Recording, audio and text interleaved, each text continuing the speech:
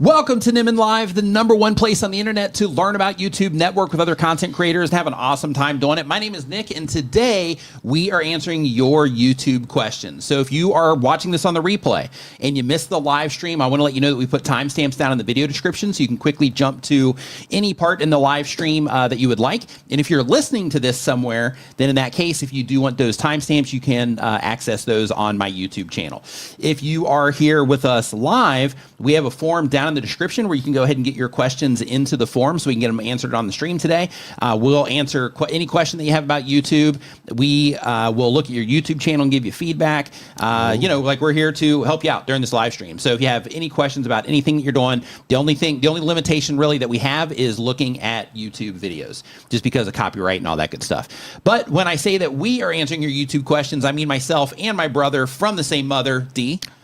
How was your week? I'm a little bit disappointed that we're not looking at videos. Yeah. Just once, I want you to say we're doing videos today. Today, we are going to analyze the first 30 seconds of your video to see where it's all going wrong. Yeah. Just great. once, I want to hear you say that. Yep. Because I know so many people are going wrong in the first 30 seconds. 100%. But we're going to look at everything else. Yep. Absolutely. Hope you had a great week. Yep. Yeah, everybody's doing fantastic. Hope you had a great week. We have some YouTube news for you today. So we're going to go ahead and get into that. So the very first thing on our list today for the YouTube news, let me make this a little bit narrower here, is that YouTube is doing a partnership with Adobe to publish directly to YouTube inside of their free Adobe Premiere mobile app. So if you are somebody that, you know, is looking for solutions on your phone for a video editing app, and just to be clear, we don't have any relationship with Adobe whatsoever. Nor would I. But when it comes to, I use their products, but yeah.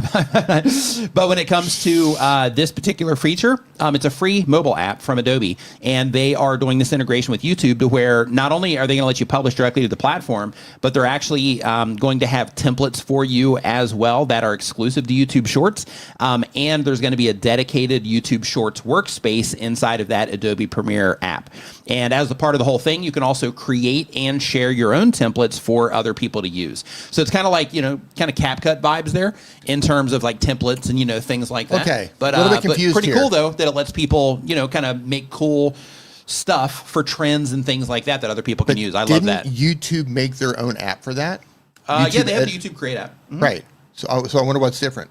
Like, Well, what are they doing? It's probably just that, you know, people are using Premiere too, and they probably just want some of that. Or Adobe's like, hey, people are using our app, so why don't we work something out to just make it easier to get that stuff into yours? I hope they roll that out for desktop too. I think that'll be great if they do some type of integration for desktop, because if they're doing it for the mobile app, they might as well open it up for the desktop to have like templates and things like that in there, and start to give it that, you know, kind of CapCut-esque, you know, type of vibe. The Adobe Premiere app is pretty good. I haven't used it yet. I like played with it just a little bit when it first came out, but I haven't actually like used it. If you need a default editor, like you're not looking at all of the template things and all the, you know, AI cutout stuff. If you're just like, hey, I just need something to edit my videos, it's great. But if you're used to CapCut and you're using all the features that CapCut has built in and the AI stuff, it doesn't compare. No. But if all you need is just like, I just need to edit my videos without all the other whiz-bang stuff. Yeah, it's fantastic. Fantastic. Really easy to use. Nice. Before we get into the next thing, I just want to give some shout outs here real quick. Monique, what's going on? Hope you are doing great. Larry, Home Rapid Repair, what's up, dude? Hope that you are doing fantastic. Nice to see you as well. Kathy Fit, nice to see you. Dr. Vibe Show. Hey. Happy to have you here. Doug Houston, YT in the house. What's going on, Doug? Hope you are doing great. AZ Shoots, nice to see you here as well. That's such a great Jerry, name for a show. You're doing great. The Dr. Tango in the kitchen, what's going on? The Dr. Vibe Show. Yeah, it is. I don't even know what your channel's about, but I want to go check it out. All right. The Dr. Vibe Show. I love it. Laugh Lines and Life Lessons, what's going on? Hope you're doing great too. Hope everybody's having just a great week and a great weekend. Great start to a weekend. Yeah. So the next information that we have here is that if you didn't see my last video that I published, one, you should watch. It's like 2 minutes and some change long, super fast. Shows you how to use this thing, and I'm getting ready to talk to you about. But YouTube now has voice comment replies. Yeah, that's cool. And in that video, I mentioned that it might not be available if you're not in the partner program, just based on what I was seeing looking at a bunch of different accounts. And people in the comments like, hey, I'm not in the partner program and I have it too. So yeah, they're just rolling it out like willy-nilly. They're like, hey, everybody, here's a voice comment reply feature. And for me, This is something that I am really excited about. They've been testing this for a long time, and I think that, one, it's awesome that it's available now, and two, I think it's just a fun way to just connect more deeply with people, because you know how sometimes, like, if you're sending text messages back and forth with people, things can be taken out of context, right? And people are like, oh, that sounded like a little bit harsh or whatever. So now you can come down on people in the comments, and they know you're sounding harsh. Yeah, which is great. You can confirm it. So then the jerk that you are can really come through. Right. Yeah. I'm not really sure about your tone. Let me fix that. Let me clarify my tone here. Right. Yeah. So I think that's really cool. But do you know if they've rolled that out across Android and iOS? Yes. They did. Yes. Because they usually just pick one. Just pick one. Yeah. It's rolling out across everything. That's cool. Yeah. So yeah, I think this is a really cool. Hey Neil, what's going on, dude? Hope you're doing great.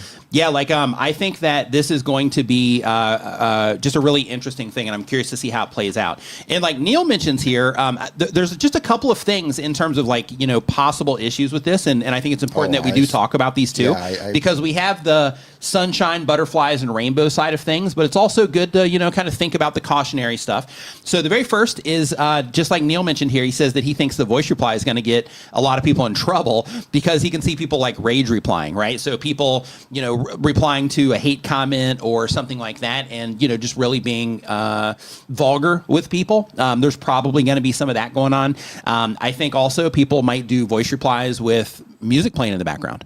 If that happens, I don't know how their system is going to deal with that. So, for example, if I was sitting here and if we had music playing and we weren't live, obviously, and I was just sitting here going through voice comments and there's music playing in the background, you know, I wonder if I would have copyright problems. They would have to connect those voice replies to Content ID. Mm-hmm.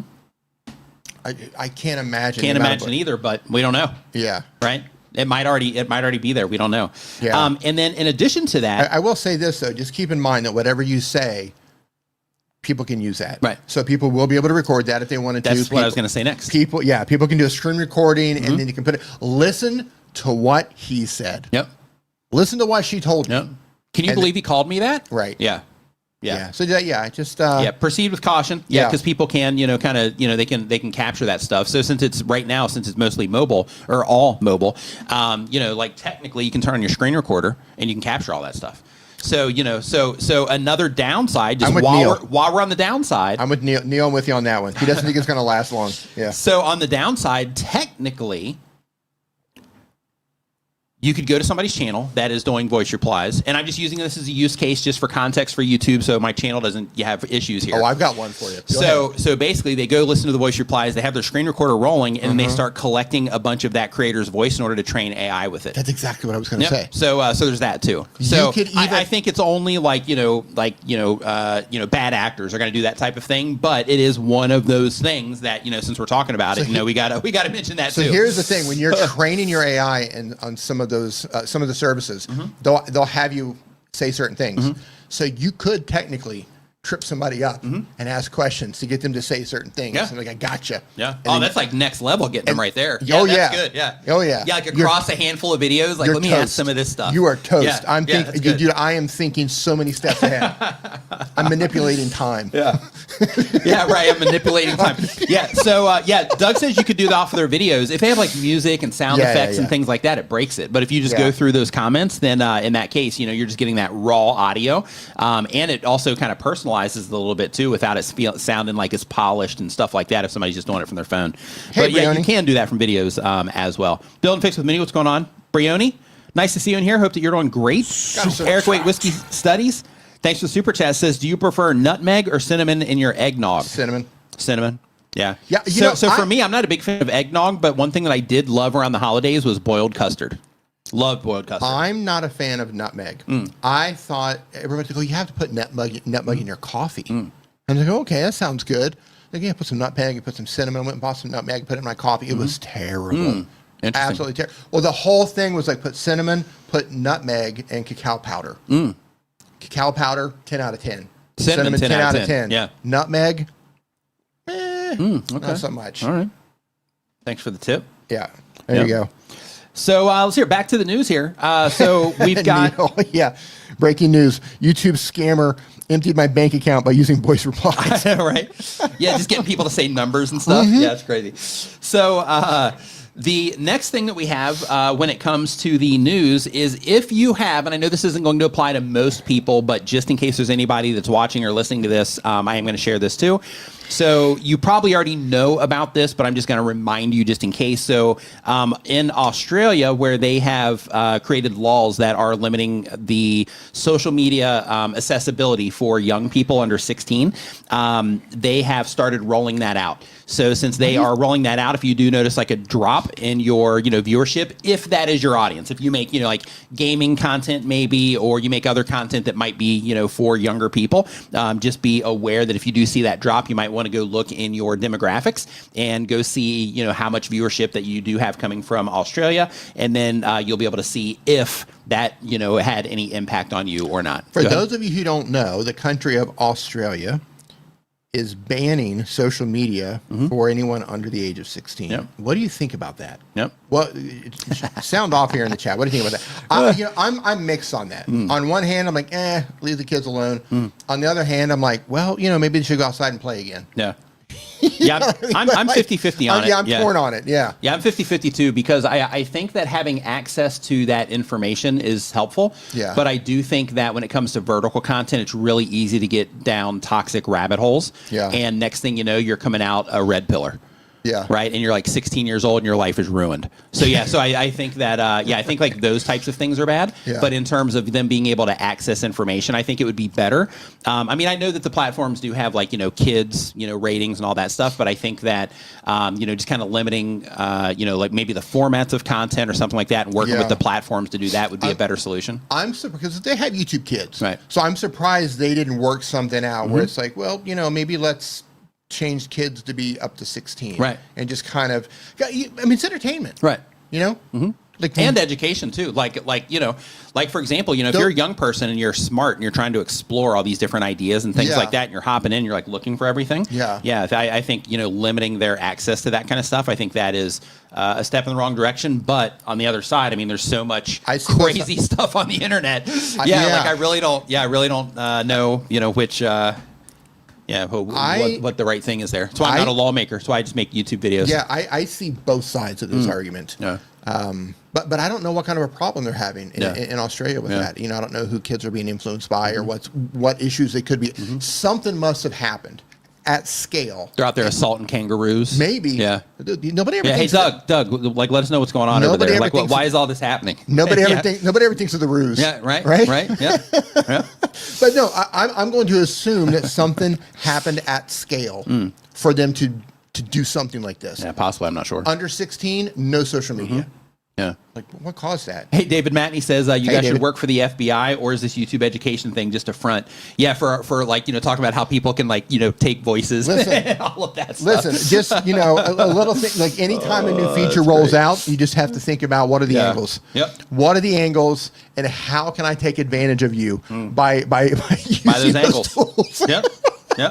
How can I infiltrate by using those new tools? Midnight Madness 4x4. Hey. Happy Sunday. Sunday. Or actually happy Saturday. Yeah, but Sunday. Yep. So let's just kind of scrolling down here really quick. Okay, so the next news item that we have here is the YouTube Create app has gotten some improvements. They're adding VO3 to it so people can make more slop. This lets you create images and videos with sound from text, videos with sound from text prompts.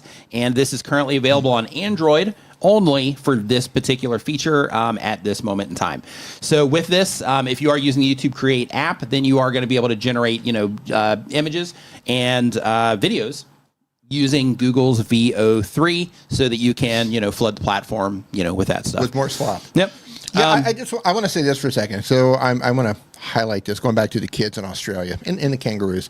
It says if you want your kids to be safe from social media, then parent your child. Right. It's not the government's place to do that. I don't disagree with you. Yeah. One of the things that I always find weird about the age for anything, right? Maybe it's the age to drive, the age to buy alcohol, whatever it is. I find it bizarre, and we're just going to use this for one example. So if you are 16, you can't watch social media. If you're 17, it's good. Yeah. Right.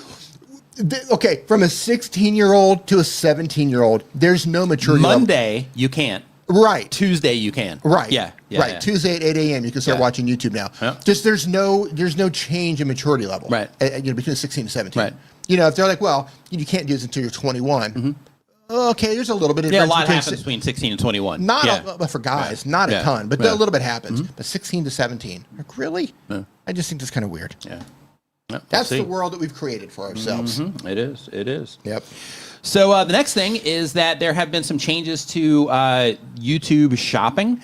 Oh. And with this, it's not actual changes to shopping itself. It's just a additional metric that they added. So as a part of this, YouTube added some shopping performance data to advanced mode analytics where you can see information on the sellers that you're promoting. As an affiliate, this is going to help you identify problematic sellers. For example, if one seller gets a lot of returns, so you can switch to another one if you need to.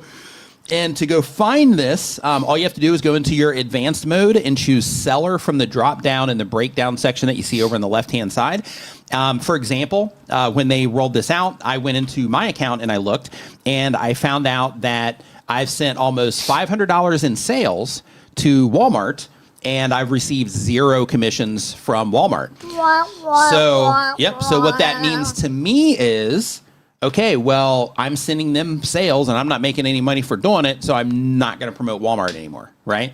So it just kind of helps you. I don't either. So hundreds of dollars, 0 commissions. Yeah. Make that make sense. Right. That's why, in my opinion, that's why it's helpful to promote other things, instead of just having, things that are on platform. Not saying that anything shady is going on there, but $500 and 0 commission, not even $1 is definitely weird. But anyway, it's going to help you identify those types of things. So if you notice that on your end, then you can be like, oh, hey, this particular seller, it seems like I'm doing really well when people go there compared to this one. So then maybe when I am, tagging products and all that stuff, I should pick this seller more because, they're generating more income or my commissions are higher or whatever the thing is. And it just helps you be able to kind of, tune in a little bit better on a per seller basis, which is pretty cool.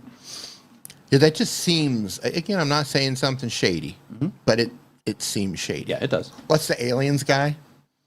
Oh, the ancient alien guys? Yeah, the meme of the alien guy. I know what you're talking about, but I can't think of what it is off the top of my head. Yeah. I'm not saying it's shady, but it feels shady. So for those of you who don't know, I used to be in affiliate marketing a long time ago. When the internet was first created, I did a lot of affiliate marketing back then. In the beginning, there was affiliate marketing. In the beginning, back in like the AOL days, the dial-up days. The spamming chat rooms days? The spamming chat room days.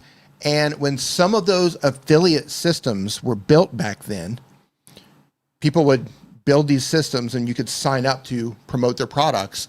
They would have what's called a shave feature. And they could put in a percentage.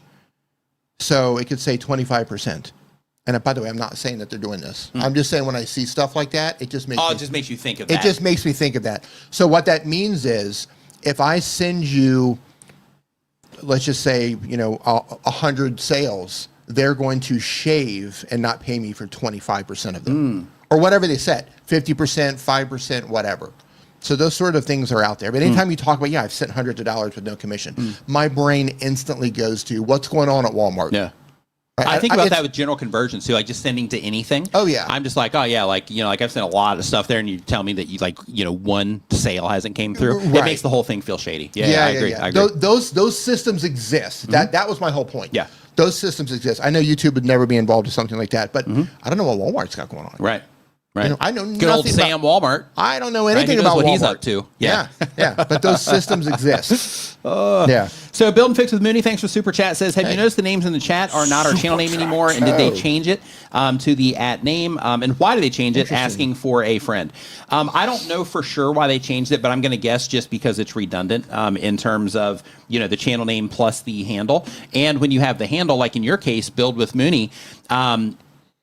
Now, if somebody goes and they get Build with Mooney 4763, the name's just not going to be as great, right? And it's not going to be as like brandable and whatnot. So I think as a part of that also that it adds more weight to having like a good handle as part of whatever branding stuff that you're doing as well. But in terms of their reason for doing it, I'm really not sure outside of it just being redundant. Like when you look at channel pages, for example, you see. people have it in their channel art, plus you have the channel name itself, plus you have the channel handle. And then if you include your name in the About Me description, then you have it there too. So it's just like name. So I think it's just, and they're in the process of removing one of those things. So what's up, Shark Scrapper? Nice to see you, man. Hope you're doing great. Beanie Draws in the house. What's up, dude? Hope you're doing great. Silver Fox, welcome to the stream today. Handles are unique. Channel names are not. 100%. Yep. That's the concise way to say that. Yep. 100%. I'm surprised. That's what I should have led with, actually. I'm surprised it took them so long. Yeah. To do this. Mm-hmm. This seems like one of those things that they should have just, as soon as they put handles into place, they should have been like, yeah, we're on it. Yep. Let's get rid of the names. Yep, a lot of confusion. Yeah. It is. And let's hear what else. So two more things. The very first is that Tuber School is a school that we put together for YouTubers. So our Black Friday sale is over with. However, for the people that are still interested in that, we still have, it was 50% off. Now it's 25% off for the pre-enrollment. So if that is something that you are interested in, then get in there now because it's going to go up again as soon as we open. So if that is something that you're interested in, make sure that you do check out tuberschool.com. And today's stream sponsor is Opus Clip, which helps you quickly get clips from your content that you can publish to multiple platforms, including YouTube, in just a few clicks. It's a great way to expand your brand across the internet. And it's also a great way to help you stay consistent if you need to, or maybe start publishing to a format like Shorts, for example, that you might currently be, not be using, but you want to. But you can't because you don't have the time. Opus Clip helps you solve those problems. In addition to that, they have some really cool tools like Agent Opus, which makes videos. They have a motion graphics design tool that will help you make motion graphics that you can then download and use them in your shorts, which is pretty cool. And they also have like a search feature. So if you are somebody that has, let's say, like a video podcast and you connect to their Opus search feature, you can search for different things across your entire content library. So let's say, for example, if I wanted to search for every time, let's just pretend that D wore a blue shirt. Then I could say, look for all of the live streams where D is wearing a blue shirt and or one of the hosts is wearing a blue shirt, and it would list out all of the live streams with timestamps to exactly where those parts are, so you can clip them out. In addition to that, it also has some cool features where, as part of the Opus search, to where it alerts you when things are happening. So because it has your library or it monitors it, if there's trending news that's happening and things going on in the world, it'll let you know that those things are happening and that these clips that you've already made reference that thing. And then that way you can actually use that to go ahead and publish content that's on trend and stuff like that too, which is really cool. But anyway, with Opus Clip, awesome tool.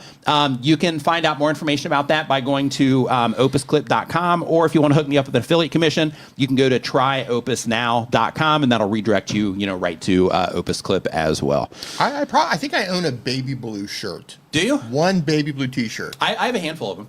Yeah, I have a handful of blue shirts. Anytime I go to the beach or something, it's like this super lightweight. So I have like my, my baggy, like what are those pants made out of? The super flowy beige pants. What are those called? I don't know what they're made out of. Linen.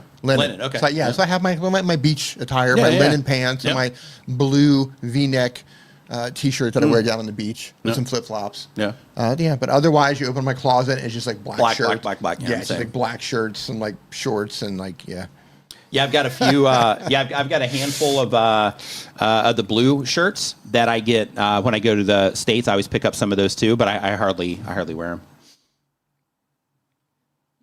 So let's see here. So next up, and really quick, laugh lines and life lessons. So are there YouTube courses, et cetera, that deal with mid-level creators? I feel like everyone caters to people just starting out. Am I totally wrong? So with ours, we actually have mid-level creators in ours as well that have already signed up for Tuber School.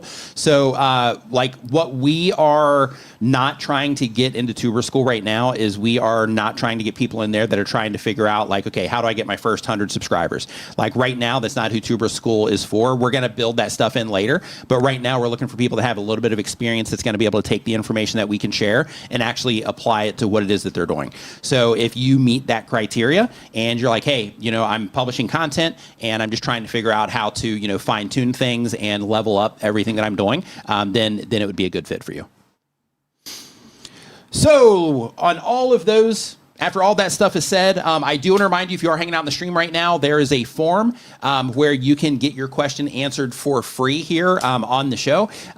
In order to access this, all you have to do is go into the video description or on YouTube or any other platform. If you're watching this somewhere else, you can go to nickniman.com/ask, and it will redirect you right to this form that we are taking questions from. And we're going to go ahead and get into that now. Let's get into it. Yeah. So the very first question here is from Gaki's Kitchen. I hope I'm saying that correctly. I apologize if I'm not. And they upload every other day, been on YouTube for 1 year or more. They do cooking recipes. The goal of the channel is to make money. And the question says, thanks for your advice in these live streams. It's immensely helpful. Glad that you're enjoying the content. Yep. Says a few days ago, someone uploaded 100% of my exact video with my voice dubbed to German. I asked YouTube to take it down, and they did it within seconds. Amazing. Now, I shoot and upload my videos weeks or even months in advance. They're unlisted, but in public playlists because they're part of a series. If someone takes the video and uploads it before mine goes public, will YouTube accept that it's actually mine? I panicked, and they're all private now. So a couple things. Like, even though they're part of the series, I would still not have those live yet. I wouldn't do like a whole series in a playlist. Instead, maybe, give them, like as like a members perk or something, give people like early access to the content, but I wouldn't put, all of the pre-published content into a playlist. And here's why. Is if you have people that are starting in the original video and they're really into that playlist and they go into the playlist, the original video, all of the views and all that stuff, all that's going to be counted because it's public. But when they go and they watch it inside of the playlist, none of that is counting until you actually make those videos public, and then people start interacting with them, and then those interactions are what gets counted.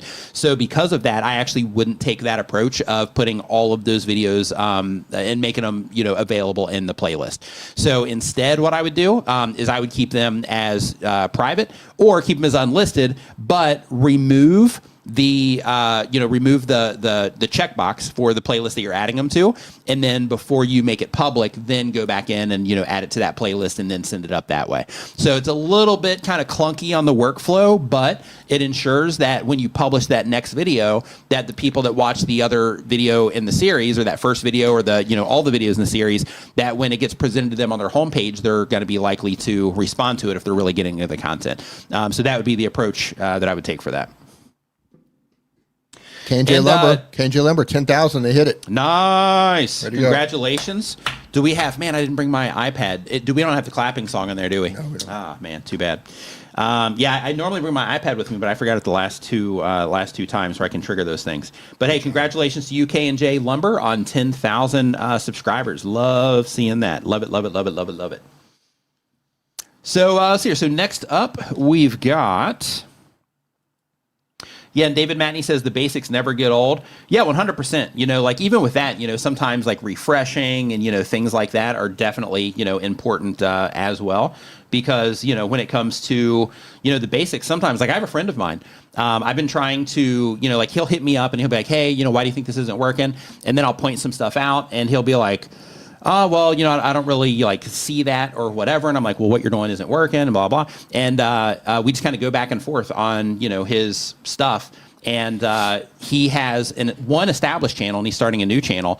I mean, he's been trying to do it for like a year, but the things that I point out are just things that he has to keep being reminded of, right? Just because, he's got kind of used to doing the thing. And kind of starting over wasn't hasn't been a fantastic experience for him. So yeah, those refreshers are great. It's easy to get caught up in a routine. It is. It's easy to get caught in a routine and kind of lose track that things are changing around you too. Yeah, it is. So sometimes you need to go back to the basics and say, okay, what's going on now? Yeah. Because what was happening 3 years ago or 5 years ago, or like things change really fast. They do. On social media. So next up, we've got AZ Shoots. What's going on, AZ? Says they're getting ready to start their channel. They are going to do glamour model photography vlogs. And the goal of the channel is to connect with others who like what they like. And the question is, I have a question about background music when shooting in a public space. One of the series I have planned for my channel is man on the street type interviews, and these will take place in public areas where background music is likely to be present. Any tips or suggestions for avoiding copyright strikes when shooting this type of content? I have one more question on this subject, but I'll save it for next week's show. Keep up the great work. So thanks for the kind words. So when it comes to this type of thing, if you are shooting in a location and there's nothing you can do about the background music, then I would load that video into Adobe Enhance and see if Adobe Enhance can remove that music from the background. Has Premiere released their stems yet?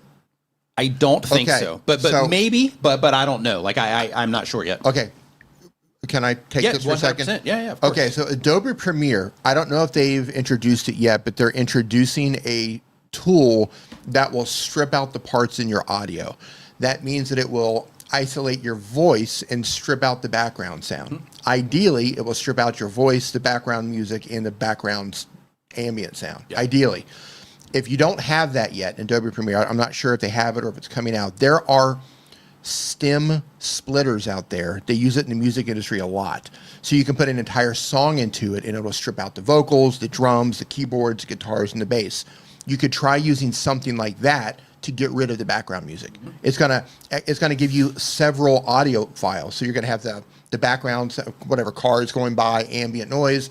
You're gonna have your vocals, and ideally it's gonna isolate that background music, and hopefully you can get rid of it. Mm-hmm. So I would do that, because if you publish it with background music and YouTube's Content ID identifies it, you'll get a copyright claim. Yeah. Yep. And also, just a heads up to everybody, I'm not sure if you're familiar with Waves or not. Unless you're in the audio world, you're probably not.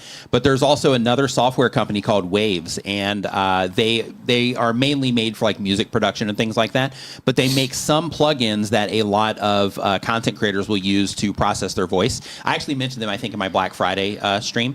But they are coming out with a competitor for Adobe Enhance as well. So right now, Adobe Enhance is like the tool for that problem, for like automatically processing your voice. But they have Waves that's dropping a similar tool that you'll also be able to use in the future as well. And it's web-based. And any AI tool that has voice isolation, and that's one of the things Adobe Enhance has. Yeah. And I think 11 Labs has a voice enhancement. CapCut has voice enhancement, or voice isolation, I mean. If you use voice isolation, what it's likely going to do is it's going to eliminate all the background sounds. So it's going to get rid of the ambient sounds as well. That might work for you if you're like, yeah, I have to get rid of this song. But you could, because it might sound awkward. Right. Just like a voice in a vacuum can sound kind of weird. Doesn't sound natural. Yeah. What you can do... Especially with the sound of the vacuum cleaner. No, I'm just kidding. What you can do to fill that out, you can go outside, right? You can take your phone or you can take your microphone outside, and you can record 20 minutes of ambient sound with no music. And you could layer that into your track, right? Get rid of all the background noise, isolate your voice, put the ambient sound underneath it, and mix it. Yep. You could also get copyright-free music or royalty-free music and add your own to that. So you have a quiet music bed, you have your own ambient music or ambient background that you've recorded, and you put your vocals on top of that. Yeah. I mean, that's essentially what sound design is. Or save yourself a ton of work and just try to record in places that don't have music. Yeah. Like that's also like a good solution. And make sure that you're selecting the right microphone. Because, for example, some microphones, as long as you get them close to the person, you don't really hear much that's going on in the background. Yeah. You'll hear like a little bit of stuff going on back there, but not much. It really isolates your voice a lot. Like that Rode mic that I have. Yeah, I have like a Rode interview mic, and that thing is incredible for like when that is in front of your mouth and you're talking into it, like it doesn't pick up hardly anything else. It's absolutely fantastic. Yeah. So you have options. Oh, it's great. Shark Trapper says that they thought that technology only existed in NCIS. Yeah, it's here now. So they revealed that actually at I saw it at Vid Summit before they mentioned it in their Adobe event that they had. And yeah, like as soon as they mentioned that, everybody in the room was like, "Oh my gosh!" Yeah, like I think they actually even got an applause for that from all the editors that were in the room. That's crazy. Yeah, it was. Yeah, it's a pretty big deal. And the examples that they were showing and everything, yeah, it was mind blowing. Let's see here. And I saw something else I just want to highlight here really quick. So Speak Spanish Now says 2025 was pretty insane for me this year. Went from 3.5 thousand subs to now 22.8 thousand. Wow. High five, fist bump to you on that. Absolutely love it. Good job. Love those wins. Winning. Love it. Okay. Next up on the list here, we got the background music sorted. So next up, we have, let's see here, laugh lines and lessons and life lessons. And they say that it's where I take out all the nonsense that we were told about work, worth, aging, and reinvention, rip it apart with midlife clarity, and tell the truth about what life feels like when you're rebuilding yourself without a script. Love it. Nice. Goal of the channel is to quit the job and to be a full-time content creator. And the question is, how do creators actually get discovered and grow in a real sustainable way? Not the guru version, not the optimize everything checklist, but the honest, lived experience version from people who've actually done it, because I've read the books, watched the videos, followed the advice, and I'm still not seeing traction. This is a great question. So when it comes to sustainability on YouTube, I've actually done several presentations on conferences about sustainability because it's a huge part of being a content creator that a lot of people overlook. And when it comes to all of this stuff, like like in your case, right, you say that you're wanting to use this to quit your job and to be a full-time creator.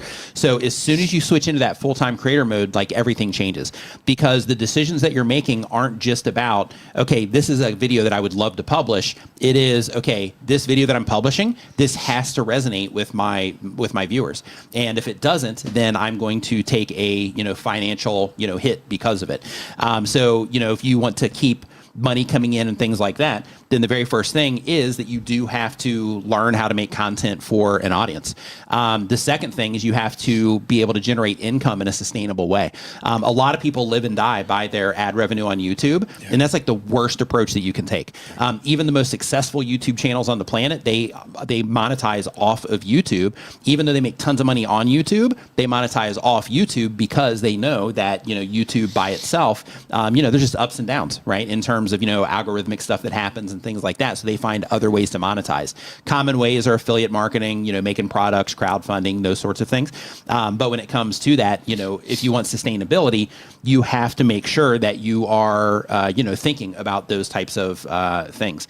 In addition to that, you have to check in with yourself and the approach that you're taking. I recommend that people do this quarterly, to where basically every quarter you look at your strengths, weaknesses, opportunities, and threats in your niche and in the industry, at scale, and you start figuring out, okay, this is the threat that's on the horizon. What do I need to do by leveraging my strengths in order to make sure that I don't, run into any problems as we keep moving forward, right? And another part of that process when it comes to the strengths, weaknesses, opportunities, and threats and monetizing in other ways is you can also learn to be able to generate a lot of revenue without a lot of views, which is also great. So when it comes to the sustainability side, you have those things, plus you have to make sure that you're, being mindful of your own energy and the effort that you're putting into things, the time you're spending with things and all that, so you don't burn out, because those types of things are real as well. Because a lot of times as creators, we're making our videos, but then when you go full time, you're like, okay, well now I've got this time, so I'm going to make the videos, plus I'm going to make another channel, plus I'm going to do a podcast, plus I'm going to do this, plus I'm going to do this, and the next thing you know, you're just constantly doing the thing, and you end up, just kind of burning the candle at both ends until the wick runs out, so to speak. So yeah, all of those things are, very important to consider. But in terms of things not working out for you, so one thing that I do want to mention, and this probably isn't going to be, what you want to hear, and I'm just going to take a look really quick, but a lot of people will say this, and I'm going to reference this before I look at the channel. But you say that I've read the books, I've watched the videos, and I've followed the advice, and I'm still not seeing traction. So now I'm going to look at the channel. So let's have a look. When it comes to yeah, we'll hear in a second. But when it comes to not seeing traction, and taking all the advice and things like that, I mean, you have 52,000 subscribers, right? So you're heading in that, you're heading in the right direction, and you're doing the right things. Even your views are okay. So yeah, so the thing that I think that you need to work on more than anything is, for the sustainability side is, probably monetization. But let me actually pull this up. We're just going to look in here real quick. Let's take a peek. Yep. So we can just see what you got going on. Hey, Gregor Brown, thanks for the super chat. Appreciate it. It says, for real coffee, no Starbucks stuff. Ooh, there you go. All right. So I'm just going to take a quick gander here. Oh, is this Sheila? Hey, Sheila, are you in here? So let's see here.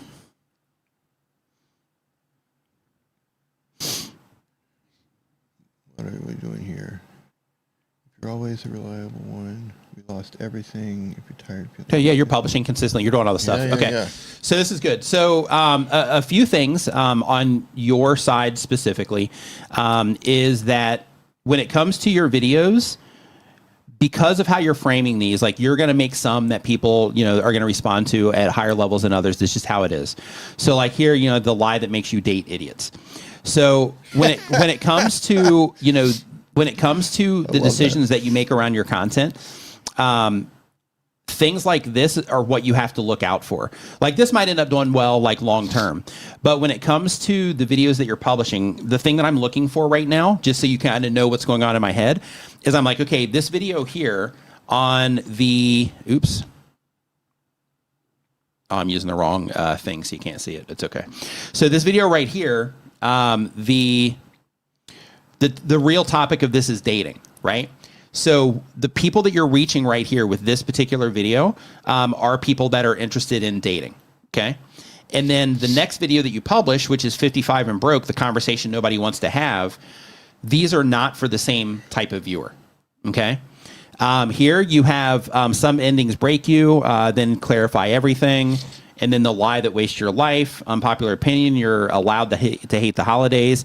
So this is cool. This is like a very general type of video. This one doesn't seem like it's really targeted in any way, shape, or form. People responded to it. You got 8,000 views, but there's no real targeting attached to this. So you have the lie that wastes your life. That is compelling. But in terms of who this is actually for, it's not clear at all who it's for. We lost everything and found ourselves again, starting over at 50. Yeah, so this is another one here, right? So this one you're starting over at 50. Here you're 55 and broke. In terms of the the topics, I'm not saying you, but the topics. And then if we fall back on this dating win again, this is going to bring in a different crowd than the people are going to be interested in these things. So the thing that I'm going to share with you here is something that I would explore. She says the work stuff does great, but I don't want to talk about corporate America all the time. Sure, understand. Yeah. So what you need to do in that case is you need to draw that line and figure out what you do want to talk about a lot. And you need to figure out who it is that you're talking about that for, right? Because when you talk about dating, that's going to bring in a certain crowd. When you talk about age-related things, that's going to bring in a certain crowd. And then when you have the truth no one tells you about a layoff, that's also going to bring in a different crowd than the people that would possibly watch these. So because of that, what you want to do is you want to think about, okay, so if I'm trying to do this full time and I'm trying to do it sustainably over a long period of time, I need to become a resource for somebody, for a particular person. Type of viewer, but we break that down to a particular person, right? I need to be a resource for a particular person. And then every video that you publish on your YouTube channel needs to be a good fit for that person. And you also need to blend this with the things that you care about. So you mentioned here that you don't want to talk about the corporate stuff all the time. Then don't talk about it. Just be like, okay, I'm not going to talk about corporate stuff. We're just going to go all life. And then from there, if you're just talking about life-related things and not the corporate stuff, then there, start thinking, okay, am I trying to reach people in their 50s? Am I trying to reach people that are older? Am I trying to, connect with younger people as somebody that has all this life experience? And then once you figure that out, then you start breaking down, okay, I need to, if I'm trying to reach, I'm just going to say younger people just as an example. So if I'm trying to reach younger people and give them life experience, give them wisdom, right? If I'm trying to give them wisdom, then in that case, what types of problems are young people having? That's where you hop on Reddit, you hop on YouTube, and you start looking for, problems that people are complaining about as young people. And then you start, sharing stories for those people. And the same exact thing goes in the other direction. If you're trying to reach people that are, 50 plus and things like that, then same thing to where you're like, okay, I'm trying to reach people that are 50 plus. What are the problems and things that they're having and the concerns that they have? And when they're, laying in bed at night, like what's running through their heads in terms of the things that they're thinking about, the concerns that they have, and how can I make content that's going to help put those people at ease or give them solutions? And when you start taking that approach, what you do is you start making every video that you publish on your YouTube channel as a perfect resource for that target person that you're trying to reach. Because what you're doing right now, even though it's working, what you're doing right now is you are targeting just like a bunch of stuff. So what it looks like is you're coming up with ideas for things that you would like to talk about, and then you share them, versus thinking, okay, I need to like zero in on a particular, person or group of people that I'm trying to serve here and make sure that every single video is a perfect fit for them. And I believe, just based on the response that you're getting here already, that if you do that, that by itself will make a big difference. Because those are the type of things, right? Like it's really easy, and we all do it. It's really easy to be like, oh, this would be a great video, and then not run it through the exercise of, okay, this might be a great video, but is this really a great video for the people that I'm trying to serve? Or is this just a great video because I would love to make the video, right? Because I would love to talk about these things. And but once you dial it in and you find, that person that you're targeting, that by itself, I believe, will make a big difference with what it is that you're doing. And here you say that you have 3 personas that you target. Yeah, pick one. Pick one, make everything about that person. And then, from there, based on the current response that you're getting, you'll probably do fine. You mentioned that your work stuff does great, but you don't want to talk about, oh yeah, corporate America all the time. Yeah. Yeah, I would start making those shifts for sure. Yeah, it's awesome that people are responding to you already in the way that they are. That's huge because that tells you in terms of, like the potential. So because of that, I would really work on the, that target viewer / avatar side of things. And if you can get that dialed in, then yeah, your channel's probably gonna do really well. I mean, it's already doing well, but you're gonna, you'll start doing really, really well. All right, next up, we've got, 100%. So really quick, Mitchell in his van says, is there a way to niche down too much? What would set the floor on how far you go? So this is where you want to research and see, how big of an interest there are around those things. So for example, how can I do this on the fly? Okay, so let's say that we take recipes, right? So you can have a channel about recipes, and the niche there would be, the recipes, and that would be it. So with that, your position in terms of in the space of food and all of that, there's nothing really unique to that. You're just somebody else that's sharing recipes. So there's nothing special there. However, if you take that same thing and you're like, okay, well, now I'm going to do recipes for diabetics. And I'm just using this as an example. So now I'm going to do recipes for diabetics. Okay, now you just separated yourself from the crowd, and now you have positioned yourself in a unique way where now you are serving a very particular type of person that has very, special needs around the things that they eat, right? And then from there, you can go even farther, right? There's a lot of people interested in recipes. There's a lot of people that are diabetics that are interested in recipes. And then from there, you can say, okay, is there, a deeper thing that I can dig in here to just based on your own interests and stuff? Maybe I do, recipes for diabetics that are also now into fitness now because they're trying to, keep themselves healthier and all that stuff now that they've realized they've had these problems. Then there, you niche it down further, and that may or may not be too far. And the way that you verify that is you start looking around at things like, okay, if I put these things into YouTube search, do any videos come up for it? If they do, what are the view counts on those videos? If I click on the channel, do I think it's because of, those topics that they're talking about, or does the channel itself carry weight in terms of the content creator, always gets those good, reactions when they publish the videos? You want to look for those types of things. You want to hop on communities like Reddit and Facebook and, wherever your audience might hang out that would be, interested in that type of content. And you want to look at the size of those communities also. And then that will also give you a lead on a general ballpark of, how big that market might be for those things. So then if you're like, okay, yeah, I can't find anything, on, these specific things, then you need to make the decision on, okay, I'm going to try some of these and see if this is something people need that just nobody's offering yet. And then based on how those do, good or bad, then I'm going to make the decision on if I need to kind of go, widen the niche back up again and maybe go after recipes for diabetics instead of diabetics that are now trying to fix their, health problems. Right. So that's the difference in terms of, niching down too much. My pleasure. Laugh lines and life lessons. Thanks for the super chat. Yeah, it's a great question because you absolutely can, niche down too much. Hey Charlie, what's going on? Hope you're doing great. Let's see here. Okay, so we got that one answered. Okay, all right. So next up, we've got Speak Spanish Now. Speak Spanish Now. They upload 1 time per week or more. They do educational content. The goal of the channel is to teach others. And the question is, should I continue to mix my content, language education and language coaching tips, or should I niche down and focus in on what's bringing in the views? Let me see what you got here. Give me 1 second.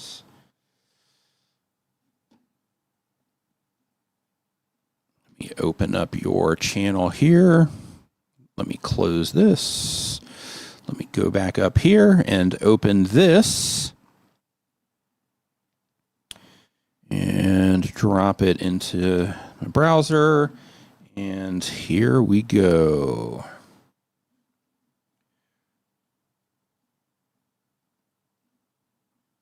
All right. So, help English speakers become fluent in Spanish. Okay, so your question was, let me just kind of refresh this here really quick because I went through all that setup stuff. Mixing your content, language education, and language coaching tips, or should I niche down and focus what's bringing in the most views? So this is going to come down to what it is that you are, ultimately wanting to offer. But, obviously, if you lean on the stuff that makes the most views, your channel is going to grow faster. Depending on the quality of those views, if you're monetizing this in any way, then you're likely to make more money, things like that. But then there's also the mission side of things. So if you're on a mission to just try to help people with their language, and because of that, you introduce some content that probably isn't going to do that well, but you put it out there anyway because people need it, then in that case, keep doing that. But in terms of mixing it, and both of them being language-based, I think that you are okay there. I would have spoken Spanish earlier. The reason you still can't speak Spanish and how to fix it. Yeah, so even with both of these, I think, both of these are solid. Use Google Chrome's new update to learn Spanish faster. Same audience here. How I stay fluent in Spanish without traveling abroad. Same audience there. The secret making of hosta. Nobody told me this. I'm not sure what hosta is, so I guess you have to be in the know on that particular one. But I would definitely just be clear on that and just kind of do a little bit of research and make sure that this is a common thing for the people that are learning the language.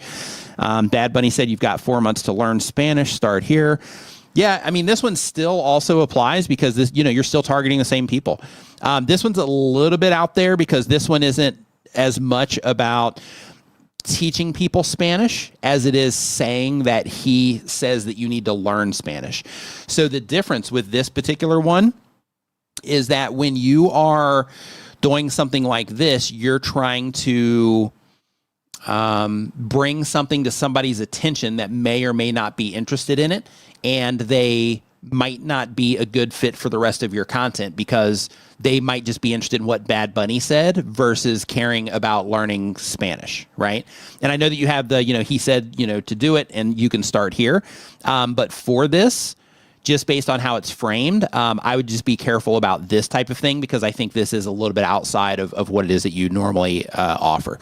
But everything else, though, that I'm looking at, I think that all of this, at least, what I'm seeing at a glance here, while we're live streaming, I think at least, this top 2 rows up here, with the exception of this one, are a good fit for, for people that are trying to learn Spanish. So I think you're okay there.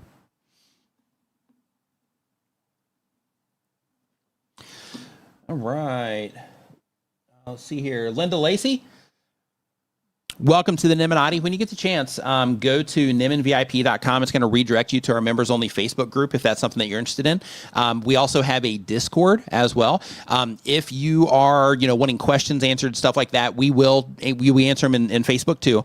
But personally, I like Discord because it's threaded. So basically each question has its own contained area. So then, if other people see the question, they can go in there and kind of add to it. Facebook has comments, but because it's a feed, it makes it, a little bit challenging. If, there's activity that week in that particular group, then, it kind of pushes things down and all that, where you have to kind of look around for things versus being like, oh, this question, then this question, then this question. Just makes it a little bit easier. So if that is something that you're interested in as well, then that's a part of it also.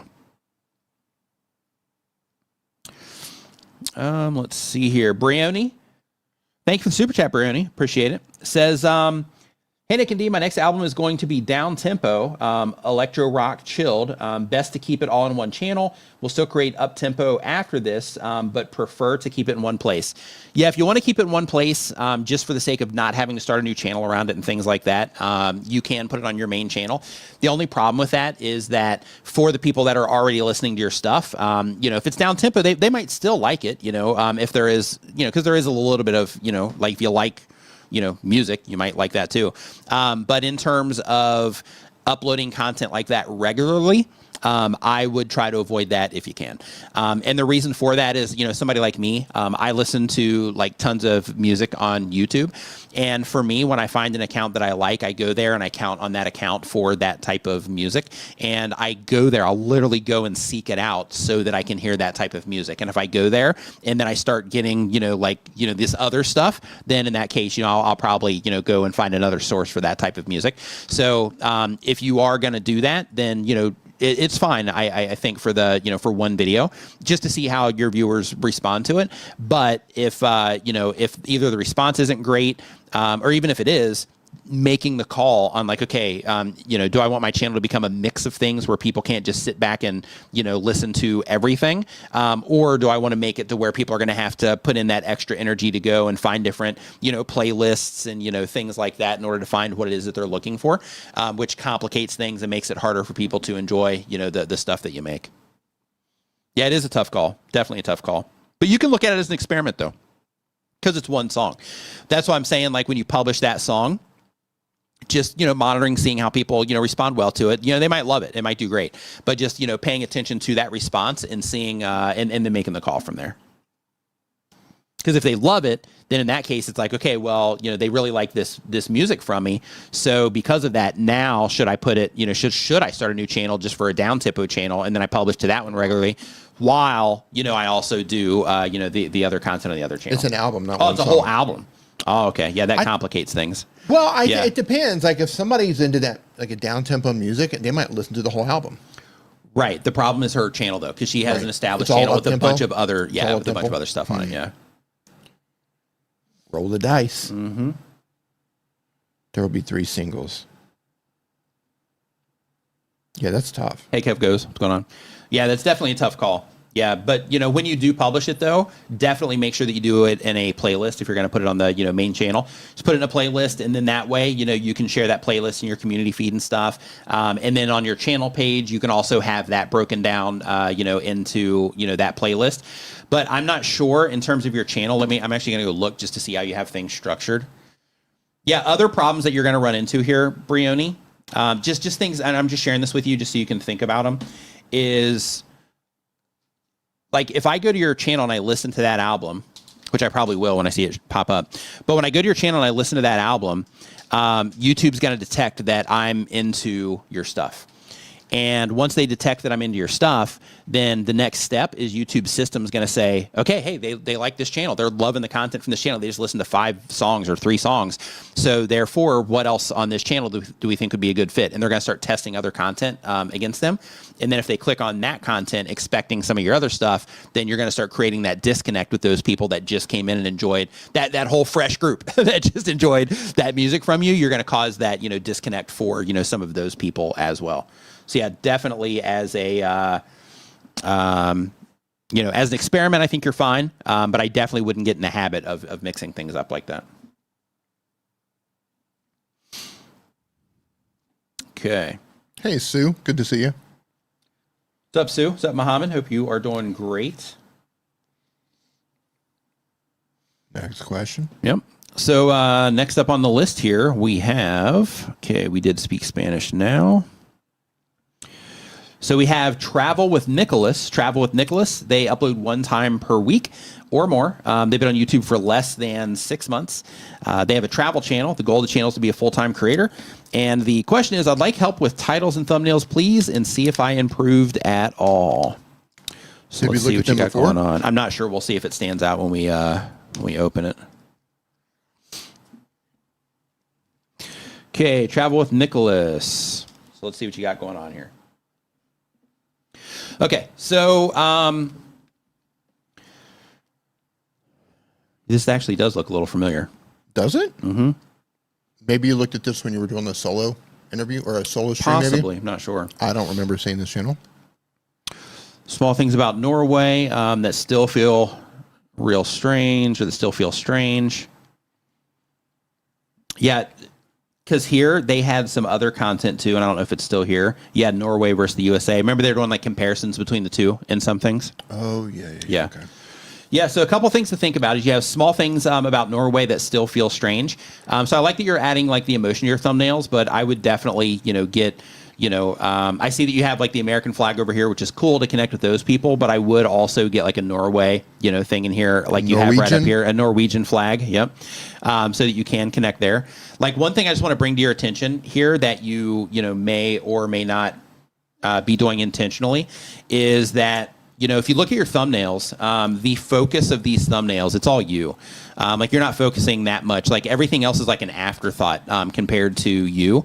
One thing that I would A/B test and just see if you get a better response or not is to focus on the subject more and not so much on you. So have it to where maybe you're just a little bit smaller and like over in this area here that you are reflecting a little bit more of what it is that you're talking about. So here you have like what shocked me about winter in Norway as an American. Here you have the flag, the U, and wasn't ready, but there's nothing, no imagery at all that really supports what it is that you are talking about. So because of that, I would try to add, those types of things as well. Just think of it like this, like your thumbnail's like a billboard.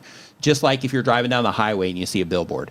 So the whole goal that you want to think about when it comes to your thumbnail is if it was a billboard and you had just a quick second for somebody that's flying down the highway to hear the message in terms of what your video might be about or how it might matter to them, how can you express that in your thumbnail? Because all this stuff happens at a glance, and it's important to make sure that you are focusing on some of that imagery. Yeah, at a glance. If I'm just scrolling and I'm seeing the thumbnails and I'm not really paying attention, at a glance, I'm not picking up Norway. Just at a glance. I would have to actually pause. Yeah, there's like a few of these that have flags. On this Right. one, too, the flag's just kind of hidden up here in the corner. It's like an afterthought. So right, it's like an afterthought. Like, so if I'm like kind of like scrolling through, if I'm not paying attention, there's nothing on here to me that just grabs me and says Norway. Now, if I'm familiar with your content, because I know your face, okay, oh, he's uploaded again. Right. Different story. But if I'm not somebody who watches your content and YouTube's like, oh, maybe you'll like this content, I might just glaze over this, or at least the ones I'm looking at right here. Yeah. Yeah, other things, too, is like the small things about Norway that still feel strange. Like, they feel strange for what? Right? Like, here you have as an American, and I think that's good, because then, and you did this in some of your other content, too. Why I left America, those things. Here, like, the small things about Norway that still feel strange as an American, same thing. It just adds a little bit more interest to it, because then it's not just some guy that has these ideas about Norway. It's about, an American experiencing Norway, which kind of suggests a different type of value than just some guy having some thoughts on Norway. So I would just think about those types of things as well. Yeah. Any additional thoughts, Steve? No, well, I know. I was going to agree. I think the anchoring of I'm an American living in Norway and making those comparisons. I think that's the strength. Like, that's your angle. Yeah, like this one, too. Yeah. I moved from the USA to Norway, and I wasn't ready for this. What shocked me about winter in Norway is American. I think both of those titles are good. I would definitely work on some of the imagery, though. Yeah. And then here, I didn't expect Christmas in Norway to be like this because I grew up in America, right? Yeah. And adding like those types of things will just kind of help give a little bit of purpose to the to the packaging there. Any additional thoughts? No, I agree, because it's that comparison. Like, your thoughts as a random guy, and I mean this, I don't mean to disrespect you in any way, shape, or form. He's like trying to disrespect you right now. Your thoughts as a random guy on Norway isn't as important, or isn't as interesting as your thoughts on Norway as an American. Right. Somebody who's lived there. I mean, because you're apples and oranges at that point. When it's your thoughts on Norway, the video is about you. When it's your thoughts on Norway is about as an American, then in that case, it's about the potential viewer in that case, right? Because then it's like, oh, I'm an American too. So what is this experience somebody's having in Norway? Right. So you're making it more about them. Yeah. What is Norway doing that we're not doing? Or what are we doing better than Norway? Right. What are they doing better than us? Besides everything. Yeah. No, I'm just kidding. Why is healthcare affordable in Norway? Why are there no school shootings in Norway? What is going on? So almost found it. Thanks for the super chat. Says, hey, I run a one clue short of treasure on YouTube, focused on a treasure hunt and include clue analysis and interviews. I'm looking to grow the channel. Do you have any strategies or tips that you would recommend? So almost found it. Hold on. I run one clue short of a treasure on YouTube. One clue short of a treasure. I don't know if that's the name of the sounds like an insult. I don't know if that. Nick over here. He's one clue short of a treasure. Yeah. One clue short of a treasure. Short of a treasure. I'm seeing if it's an actual channel name. Because they said they run it, but they're commenting from here, so I'm just trying to understand what's going on. Okay, so we've got the same. Okay, so your handle is almost found it. Okay, I got it now. I see what's going on. All right. So let's see here. Hey, really quick. Yeah. Before you answer that, I just want to go back to the Norway thing. All right. I also don't know at a glance. Keep in mind, I didn't dig into your channel. It's at a glance. Are you targeting people who are wanting to move to Norway? Or are you targeting people who are tourists who are wanting to visit Norway? Or are you targeting people who are just daydreaming about, Norway looks awesome? Or just entertainment in general. Or entertainment in general. Yeah. Right. I would try to get that together too, because I'm not really sure exactly what you're doing. Okay, so I'm here on one clue short of a treasure. Let's see what's going on here. Welcome to one clue short of a treasure, where the maps are mysterious, the clues are cryptic, and we're always just one clue away from striking gold, or at least a gold story. Whether chasing legends or decoding modern-day mysteries, I break down the hunt clue by clue. Just grab your compass, and let's get lost on purpose. Lost, perfect, let's continue. Okay, so a couple of things is... hey, Tish. Right out of the gate here, it's not super clear what it is that you're offering here on the channel. So you have the welcome to one clue short of a treasure, which is great. But in terms of the actual offer that you have from your YouTube channel, I'm not sure what's going on. So, for example, if I were to watch this video and then I click on your channel name and I land, on your channel, there's nothing here telling me okay, this is the type of stuff that this channel does on a regular basis, right? So, and keep in mind, this isn't something that's going to move the needle for you in terms of you make this change and all of a sudden your channel is going to blow up. That's not going to happen. However, I would work on that clarity, because that's also going to help you in terms of being okay, this is what I'm saying I offer. So if I'm publishing a video on the channel, let me just make sure, and confirm that that's what I'm offering. So I would get clear on exactly what it is that you are, exactly what it is that you're offering. From there, meet the team behind X Marks the Pod. And can you solve this secret word puzzle? Okay. So this is another one to where, just like the other channel that we looked at, to where, this video right here, probably. Are they in a treasure hunt? Is that what they're doing? I think so. But this video here is probably not the best fit for people that are watching this video, right? So this is a good fit for people that are familiar with the Marks the Pod podcast. But this one right here, this is for people that are interested in, solving the word puzzles. Map secrets that will blow your mind. Don't miss out on hidden clues and the Appalachian Trail map. Yeah, even with things like this, right? Don't miss out on clues and Appalachian Trail map. I'm not sure what you're offering here. Is this inside of a game of some kind? Is this out in the real world? I'm not sure what's going on here in terms of what you're offering. So I think kind of like I was saying with the channel art, or not channel art, but just what you're saying you're offering here and what you're saying that you're offering, up here. I would definitely, when you're packaging all of this stuff up, I would try to make sure that everything is clear. I think what you need to work on right now over everything is just clarity and what it is that you're offering. What are they saying on there about me? What are they saying up there? Yeah, I had that open earlier. So the on the About Me, it says, welcome to one clue short of a treasure, where the maps are mysterious, the clues are cryptic, and we're always just one clue away from striking gold, or at least a good story. Whether you're chasing legends or decoding modern-day mysteries, I break down the hunts clue by clue, so grab your compass and let's get lost on purpose. Yeah, and I'm still not sure if this is real life thing or if this is a game that's going on. Yeah, I'm not really sure. So yeah, so I would definitely work on the clarity side, but the content's going to be the thing that carries the weight. But the reason I want you to work on the clarity stuff is because this is also going to help you, make all of these things more clear as well. Because when you're like, okay, this is exactly what I'm offering, and this is the clearest way that I can possibly, explain this in like a one short sentence, then you can start applying, that same value proposition to, how you're presenting the content from the outside. Treasure hunting secrets from a pro. Yeah, like I don't know if this is. Yeah, what I expected when I saw this, and this might be working against you too, but what I expected when I saw this video is I expected to hover over this and see somebody like outside, like, on an adventure of some kind. And when I hover over it, it's like two people, sitting there talking. So that type of thing might be working against you too in terms of how you're packaging this versus what people are getting on the inside. But you'll be able to see that in your audience retention reports in terms of how, people are responding to that. I agree. This is another one too. Like, where greed meets gold, right? Like this is another one to where, it's just not super clear on what somebody might get out of this video.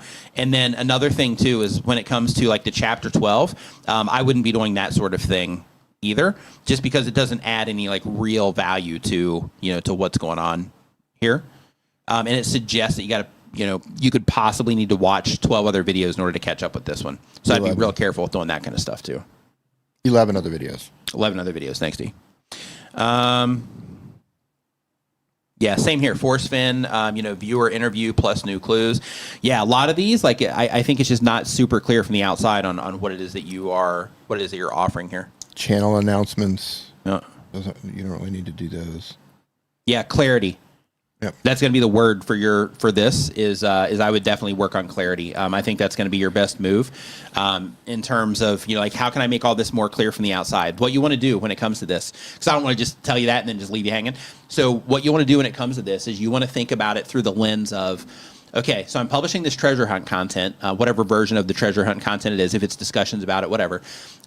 So because of that, how can I package this up through the topic, title, and thumbnail in a way that if the people that we're trying to reach, other treasure hunters that are interested in this, that if they were to see this on the homepage and they only had a second to see this thumbnail and read the title, that they would be able to get enough information from this that they would be interested in clicking on the video, right? Because right now I think that you're just missing a lot of those types of things. I mean, you're still getting, almost 1,000 views on a lot of them. You have some in here with over 1,000 views on it. One here a month ago with like 9,000 views on it. So you definitely have, some good stuff there, and people are responding to some of the content. But I think that clarity, if you can get that part dialed in, because people are responding to your content, which means there's something there. If you can get that part dialed in, then I think that'll definitely be helpful for you. Yeah, I can't stress enough how important it is for people to understand the visual packaging of what's going on. Because you probably don't even have a second, right? Your video is going to show up. It's surrounded by all these other videos, and you have a split second to grab someone's attention. Nobody's going to spend the time trying to figure out what the video is about. I wonder if that's for me or not. Like, we're impulse. There's too many other videos that are going to be right there in the feed with you, or right there on the page with you, to where, people are going to be like, oh, let me just watch that one. When we go into stuff. Yeah, like if we're mindlessly scrolling, right? If you're searching for something that's different, you're sitting down, you're like, I'm looking for this. And then you might scan a little bit deeper than normal. But generally speaking, if you open up YouTube, or whatever, social, Instagram, whatever it is, we are impulse viewing. Yeah. We are just, oh, that looks good. That looks good. This looks good. And we're just doing it, rapid fire. Mm-hmm. So your ideas need to be crystal clear to either like, oh, I'm going to solve this problem, or I'm going to get their interest and pique their curiosity, whatever it is. But it has to be fast. It has to be clear. Yeah. Has to be. And Mitch in his van says wacky facial expressions are no longer a thing, right? That was more effective back in 2015. People still respond to that stuff. So, it depends on the niche. It depends on who it is that you're reaching with the content. In some audiences, it's going to be more effective than others. But yeah, people absolutely do respond to that stuff still. I'm Smoke 2.0. Thank you for the super chat. Appreciate it. And the salon guy says, hey, Nick, hey, guys. Hey, Nick, I decided I'm creating a second channel about branding, marketing, and business. Nothing to do with hair. Any tips for me? Yeah, just, go into it with, good expectations. You have a lot of experience on YouTube.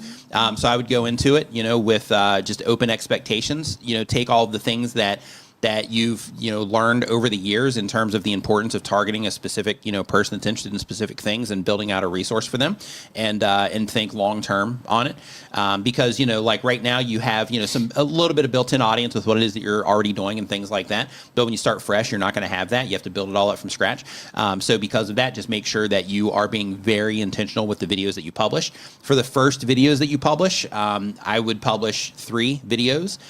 You can do 3, 5, whatever you prefer, but I would do at least 3, so that if somebody goes in and they enjoy one video, then they have additional videos to watch, which will instantly cause YouTube to start recommending additional content to them when you publish it. So I would definitely do that for the people that will watch videos back to back. And another thing that I would also not do is because you already have a channel now with over 1 million subscribers on it, I would not try to jumpstart that new channel with the current audience that you have on your big channel. So you might think like, hey, I've got this. I'm just, there might be some people here that, will care about this. You don't want to take that approach when you're starting the channel, because what will happen is you'll have people that will go over there and they'll support that channel because they just want to support you, right? It's not that they're going over there because they like the content. Even if you tell them, hey, you only go here if you're going to watch this, if you're going to watch, these videos I publish, they'll still go over there just to support you because they'll think it's the, it's the right thing to do. So because of that, I just wouldn't say a word about it on your main channel, so that you can, grow it organically with, the audience that's interested in that content.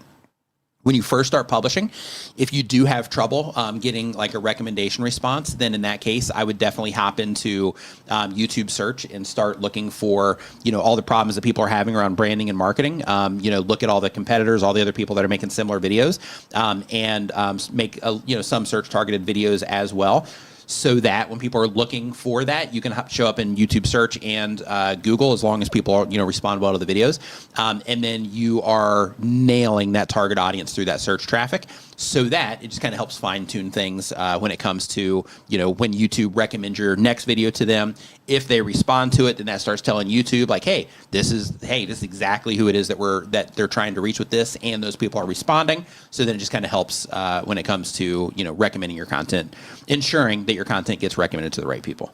So I almost found it. Dropped a super chat with a little bit more information. Says, thank you so much. It's about a treasurer himself, John Collins Black, in his book, which we are covering. I never thought of putting it that way in the side description, as obvious as it sounds. Yeah, those are the things. And Dee actually taught me this a long time ago, is when it comes to all the different things that you do online, when you're putting things together, now I apply this information. Thank you, by the way. Now when I'm like making tools, when I'm doing everything else, I apply this. So when we're making stuff, like we know how it's put together, we know where the attention's supposed to go, like we know, all the details about what it is that we're making. But because of that, we're biased, right? Because we already understand it. So because of that, you have to try to remove that bias that you have, because you already know everything about it, and start thinking through the lens of somebody that has never possibly interface with whatever it is that you've made before, and they're having to gather whatever information it is from that thing in order to make a decision on if they're going to use it correctly or if they're going to engage with it, as it relates to content. So, because of that, I would just definitely, just work through that side of things, because to you it's obvious, but as people that aren't familiar with your content, when we look at it, we're like, what's going on? So yeah, that clarity can make a big difference. Yeah, it's also good, like if you don't think that you can do that, it's great to bounce those ideas off of people who aren't familiar with what it is you're making. Just find somebody that's not going to be a yes man. Or, oh yeah, that's great. Find somebody who's going to shoot you straight. And it's like, hey, do you understand what this is about at a glance? And at the end, they're like, yeah, well, maybe it's about. Then you didn't hit it. Mm-hmm.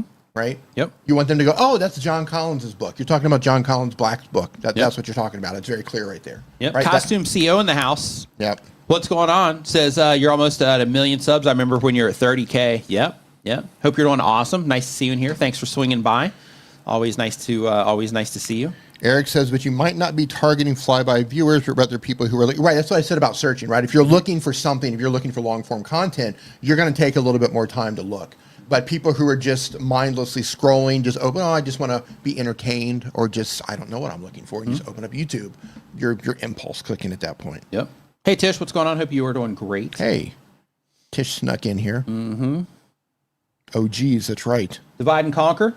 Welcome to the Illuminati. Make sure next time you get the chance that you go to, let me get these things out here. You go to NivenVIP.com. It's going to redirect you to our Facebook group if you're interested in that. If you prefer Discord, we also have a Discord as well. You can access both of them. But with that, it reads that you're connected to the channel. And then when you log into Discord, then you should see the access there. Doug sent me a message saying that I have to fix the sync on my Discord. I'm actually going to open that up here in the background so that I can remember to do that after the stream for my channel, because somebody had an issue getting in there. So I need to do that as well. I just Custom CEO, thanks for the super chat. Says, hey Nick and D, I wonder what your thoughts are about the auto dub feature. I didn't even know about it, but I noticed a dip in views. But perhaps it's a coincidence. I've now turned it off to see if there's a difference. Yeah, so when it comes to the auto dub feature, for some channels it can be really impactful. Like I have a friend of mine, she does like fashion and like, you know, lifestyle makeup, like that type of content. And for her, it like helped her like blow up her channel, and she's making like lots of extra money and all this other stuff because of it. And it's been such a successful endeavor for her that she's had to hire additional people to like translate stuff, and like in her descriptions, she has people that are finding like links to you know, like product links in other, you know, places so that she can make things available for some of those new audiences that she's built. So for some people, it's great. For other people, they run into similar problems like you are, to where, you know, they'll publish the videos with the auto dubbing and it just doesn't really do anything for them. So in terms of the dips in views, I wouldn't necessarily attribute, you know, the dip to the auto dubbing. But the one thing to think about though is, when it comes to the auto dubbing feature, a lot of people will start doing auto dubs and they'll expect it to make a difference, you know, right away. But the problem is when you are publishing the auto dub videos, it's kind of like starting a new channel, because you have to build up the audience in that language. Because let's say you have, you know, 10 videos, then in that case, there's 10 videos that a person has to watch, compared to, like in your case, you know, the probably hundreds of videos that you probably have now. I'm actually gonna go take a look.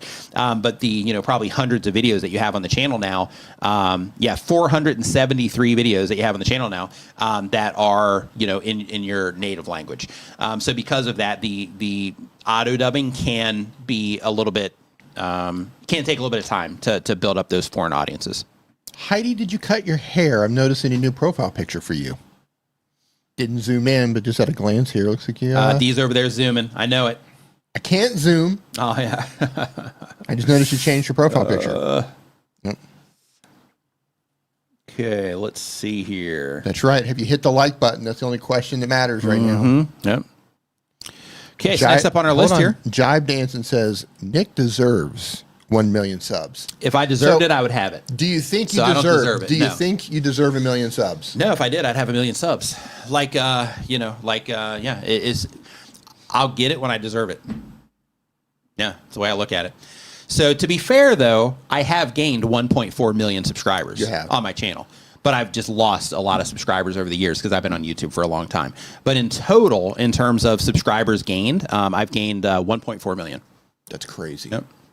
So you've lost more subscribers. When I crossed that like total gained, it didn't like don't get me wrong, I want the button. But when I crossed that, you know, in terms of subscribers gained, I was like, okay, did it. Like, cool. You've lost more subscribers than most people will ever get. I know, right? It's crazy. Self-included, yeah. Right, it's crazy. You've lost more than I have. Yeah. That's hilarious.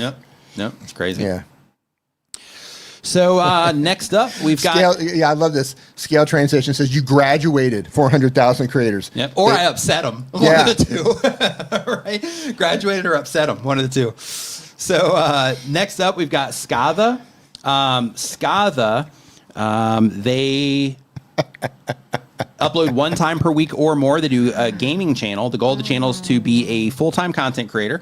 The question is, I recently reworked my channel's branding, key art, bio tags, or bio tags and videos for new and returning viewers. Any further suggestions to them? I get pretty even views from all devices. Okay, let's take a look at what you got going on here. What you got cooking? What you got cooking? Okay. You pulled them up? Mm-hmm. All right.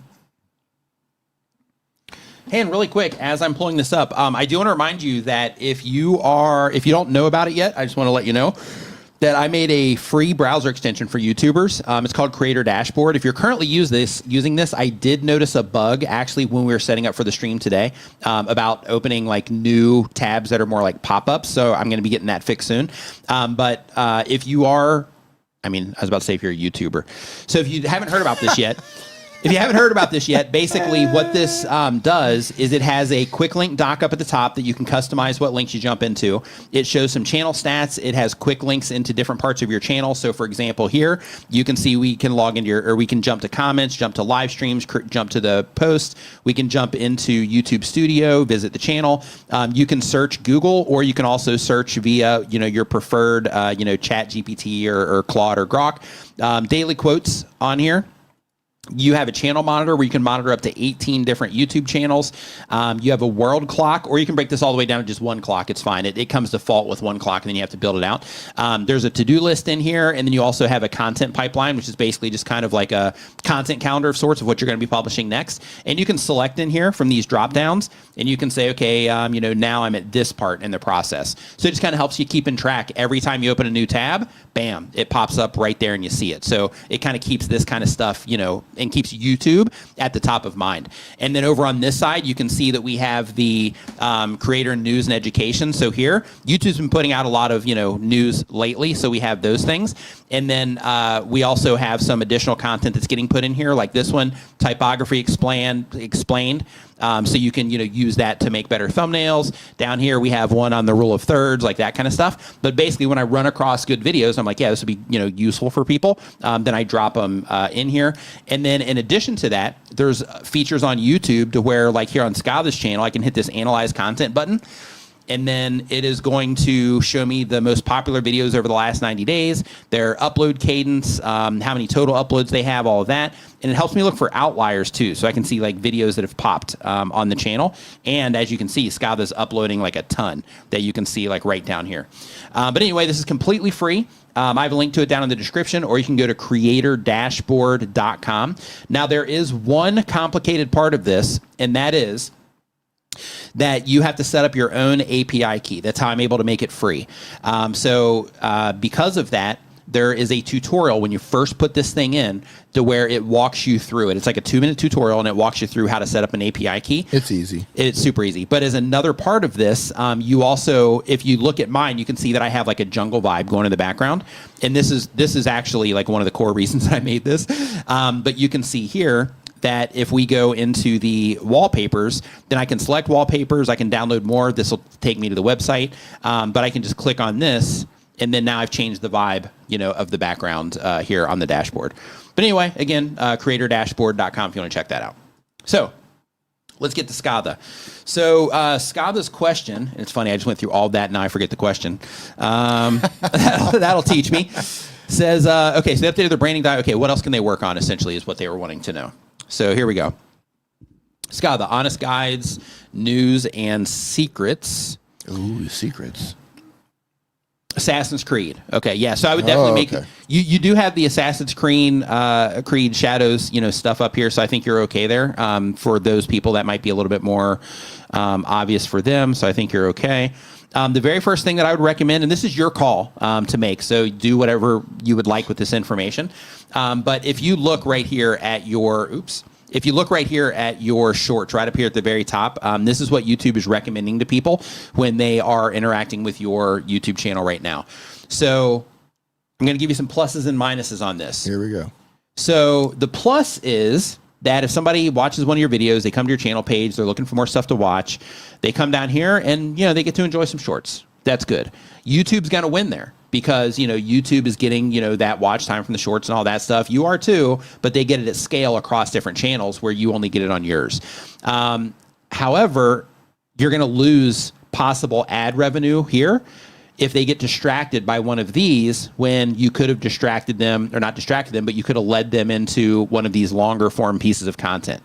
So because of that, and again, do with this what you want, but I wouldn't have these shorts up here in this. And if the only thing YouTube is showing people up here is shorts, I'm going to check my channel for this too, because that's really problematic. I didn't know that they were like trying to push shorts like this here either. That's crazy. Yeah, that's I don't like that.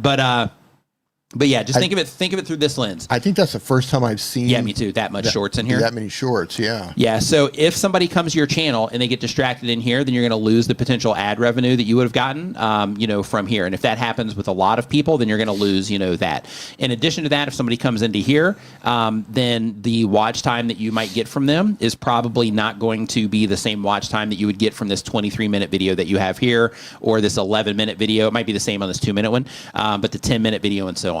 So I would just be really mindful about how people have access to these different things here. Same with this one, in terms of this short shelf that you've personally put in here too.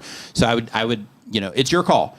But when it comes to the ad revenue and people exploring your channel, those people that are exploring your channel are exploring it because they want more, and because of that, YouTube is trying to send them into here. When you might, I don't know what you're trying to do on your channel, but you might want them to go into here, right? So because of that, just make sure that things are set up in a way that facilitates people getting into content that you can also benefit from. That's number one. Now let's talk about the stuff that actually matters, because that was just a thing that I noticed. So I just wanted to bring that to your attention. Okay, so let me check something here really quick.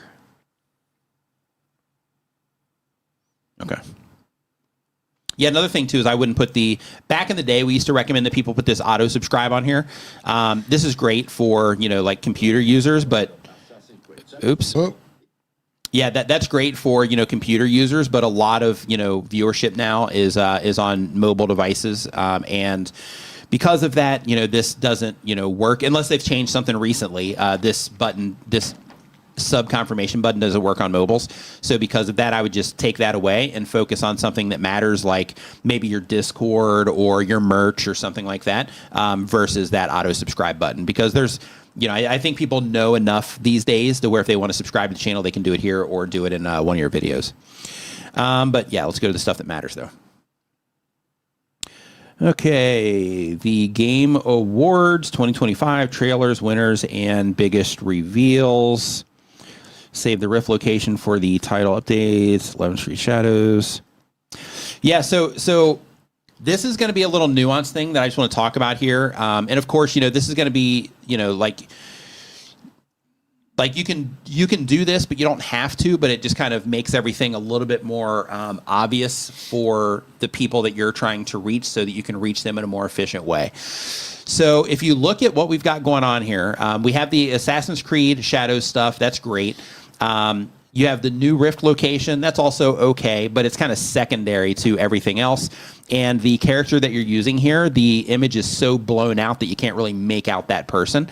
So I would definitely make sure that when you are putting people in the, or putting characters in the thumbnails, that the characters they stand out, right? So that people can connect that video with that character if they're familiar with the game. The other thing, and this is the nuanced thing that I wanted to talk about, is down here we have the title where it is the Save This Rift location for the title update, 1.1 for Assassin's Creed Showdown. So if this is an update video for Assassin's Creed Shadows, I would front load the title with that. And the reason for that is because, again, people are just glancing at a lot of this stuff, and they might see this anyway. And of course, the Assassin's Creed thing is going to grab their attention there. But the whole idea here is to, make all of this to where the thing that probably matters the most to the viewer in this case, which I'm guessing would be the, that it's a version update. I would definitely try to, get that more towards the front. So here, it would be, Assassin's Creed Shadows. Let's see here. Assassin's Creed Shadows, bar, where to find the Rift, or, something like that. And then by doing that, that also gives you the option on the where to find the rift in, Assassin's Creed Shadows. That might, and I'm saying might because it's going to depend on how people respond to it, but that might also open up some traffic sources for you in terms of YouTube search and Google search around the new update, right? So the whole idea that I'm looking at here is, because I play a lot of Fortnite. So if Fortnite drops an update, one, if I see, like where to find something that I'm looking for that I saw online, something like that, then in that case, I might respond to it and I might actually search for it, which might lead me to you as well. So when it comes to updates, you definitely want that, recommendation play that you're currently taking. But I would consider kind of restructuring things just for ease of understanding and also adding just a little bit of search stuff in there for the update. But here, like on this one, like I love how, you're kind of zeroed in on the character. You have the Assassin's Creed Shadows, update, option over here. And then you're talking about the hype of the update coming. Like I think all of that's good. Yeah, and even with this one though, Assassin's Creed title update, so you're just leading it. Assassin's Creed Shadows title update. So you're leading the whole thing with Assassin's Creed Shadows.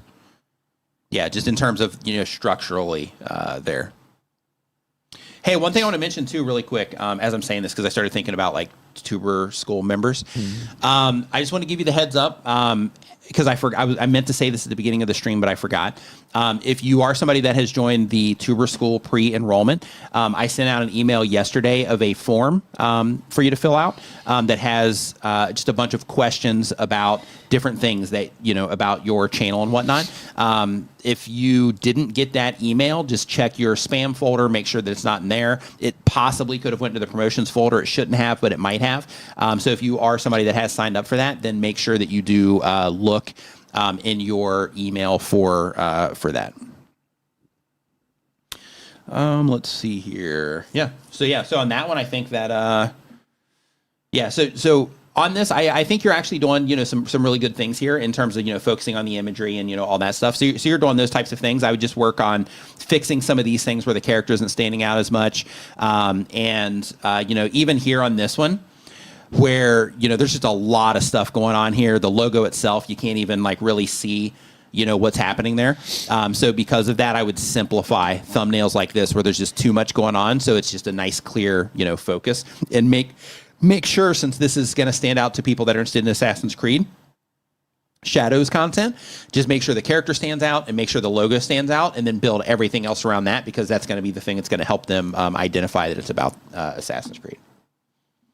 Tish got hers done. Okay, good. Yeah, Awesome. A handful of people have already submitted it. So I was just bringing it to everybody's attention just in case. Creator Classroom says it went straight to spam. Oh, there you go. Wait, spam. I was like, nope, and marked it as important, so that hopefully it doesn't go to spam anymore. Okay, perfect. Yeah, if you marked it as important, then the next one should get through. I guess we're going to have to follow up to see if people got this in a couple of days. Yep. Yep. Yeah. And says that was a great questionnaire. Great questionnaire. Very thought provoking. I also wrote several novels. That's perfect. That's what we were looking for. Yep. Yeah, we definitely, the more detailed that you can, be, yeah, it's perfect. Let's see here. So next up, we've got... Who's up next? Working on it here. So we've got Silver Fox Forest Designs. They upload when they have time, but on YouTube for a year or more. They do art and drawing content. The goal of the channel is to teach others. And the question is, please may I ask, how many times is a sensible amount to refer to links below and sponsored in vids? What's a sensible amount of time to spend directing people to links and sponsor links? Should these be spread out or done in one block? Kind disregard. So if you're doing this in video content, I mean, really at any time, trying to focus people on a thing is usually the best approach. Like, for example, if you are making a video, Andrew Can of the house, what's up, my man? Hope that you're doing fantastic. Nice to see you in here. What's up, Andrew? Yep. Hey, we didn't get a chance to connect this week. We definitely need to connect this coming week if you're available. But when it comes to the sponsor links and all of that stuff, and letting people know there's links down in the description. So one thing that I recommend is that you do have, like, if it's something that's important in terms of, I'm trying to bring awareness to this product that I'm making available in the video. Then in that case, putting the message for people to get that product after either after you've explained it, I'd like definitely put it there, or put it in the beginning, letting people know that you have it in the description. The problem with putting it in the beginning is, one, it's helpful for people because it lets them know that they can just go down in the description, go find out all the information themselves. But the downside is they can just go down to the description and then leave the video, and they don't have to watch the video. So it's kind of like a double-edged sword there. But it does, if they click your link and then go there, that's kind of the goal. So that's a win, in a lot of cases.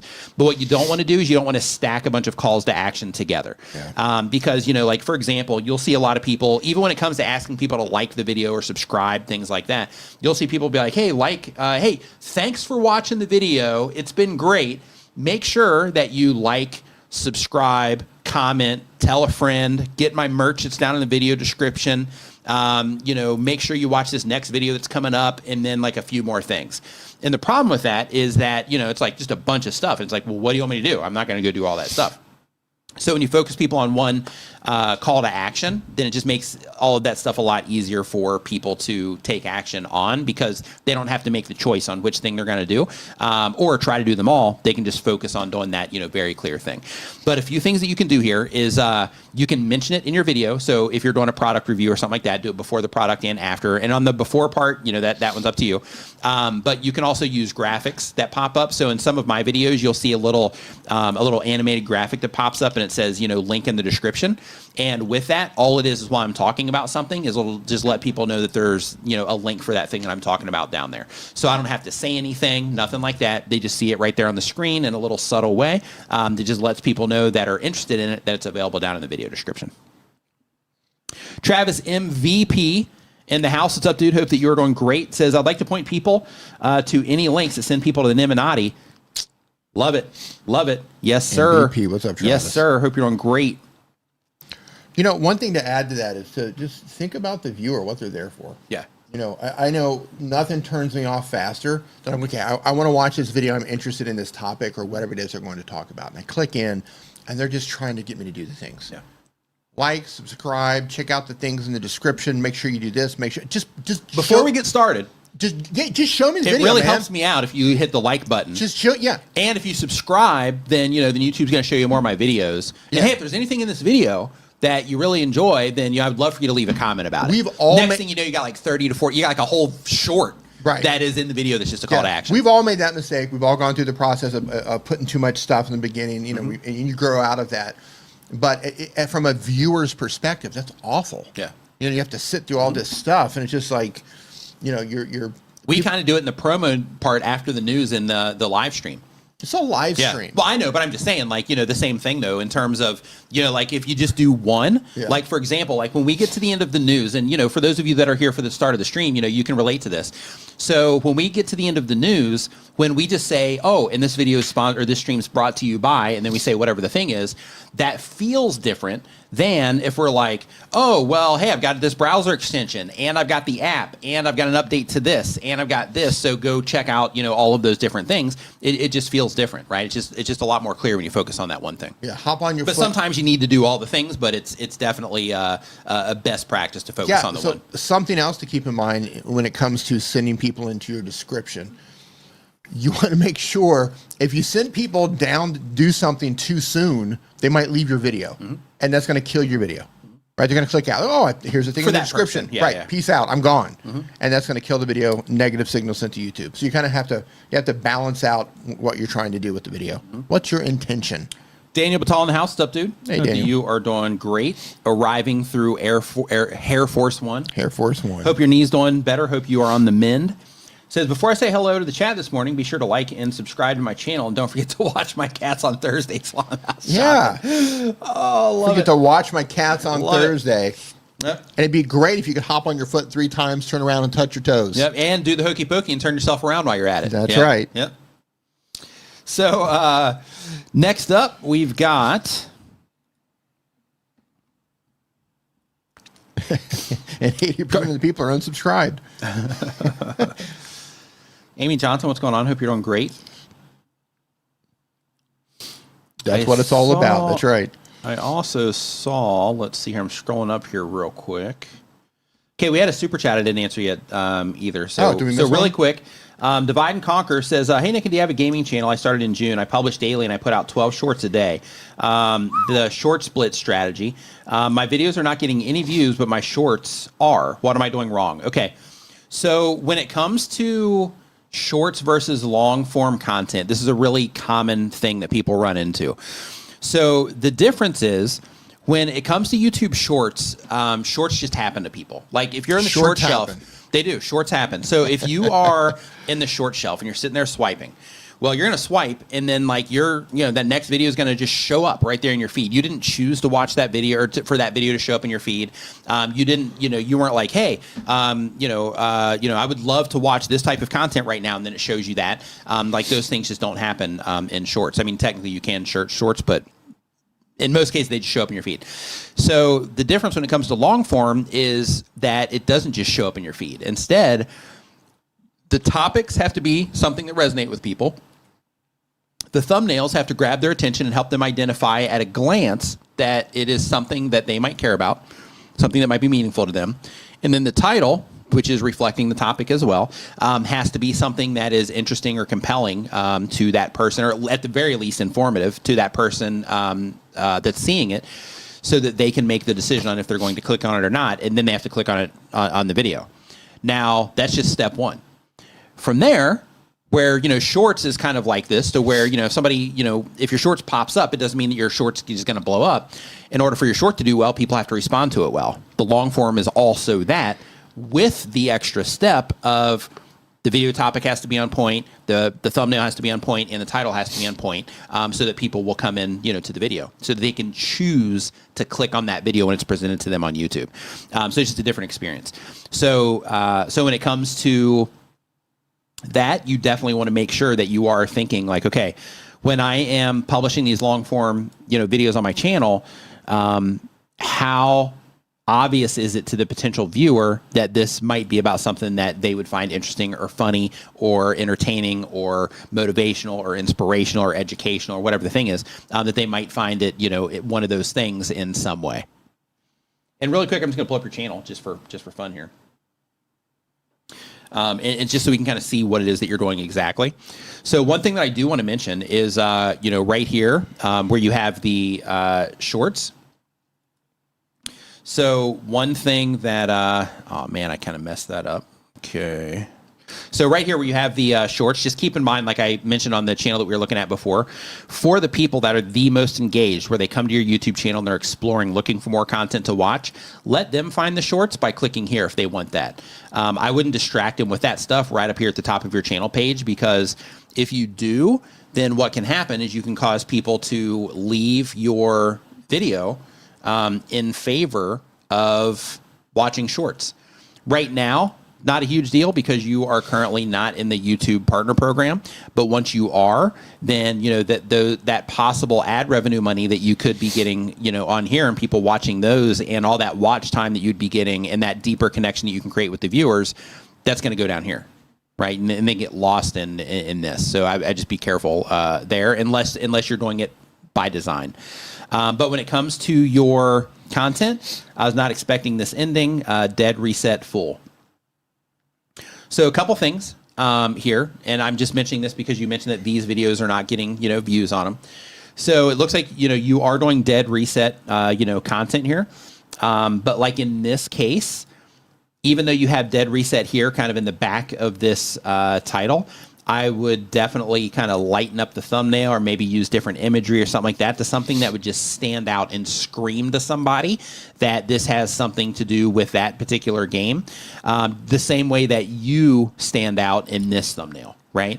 And just look at it through the lens of, okay, if I'm trying to reach people that are connected or that are interested in this game, what imagery could I use here that at a glance, not to where they have to look and be like, what is this here in the background, but to where, same here, but to where they can, look at this and instantly, without having to put any energy into it whatsoever, it's clear to them that this is about that particular game. Right? Like that's the approach that you want to take when it comes to your thumbnails. And then for the rest of it, it looks like you're putting a lot of time into these. I don't know if these are just Let's Plays or if you're offering a specific, value in here.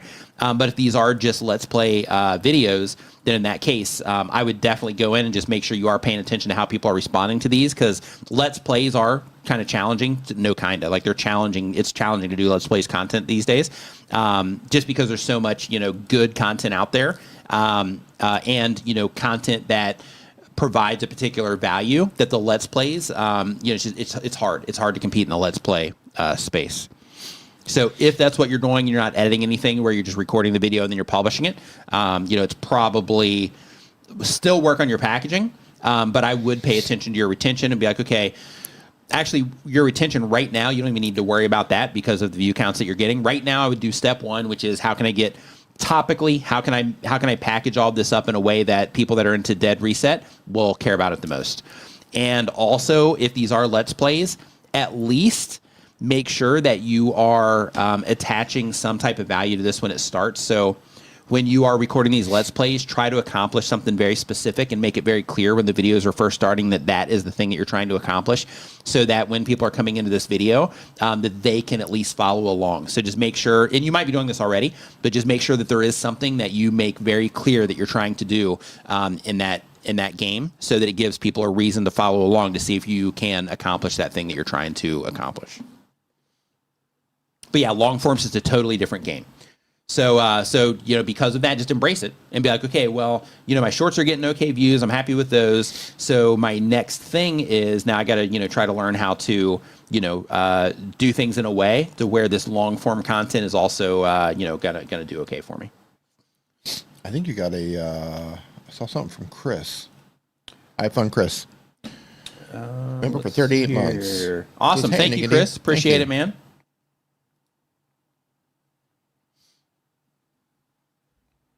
Mighty kind of you, Chris. Mm-hmm. Next. So next up on the list, we have Gardening with Bear Brown. Gardening with Bear Brown. They upload one time per week or more. They do educational content. The goal of the channel is to be a full-time creator.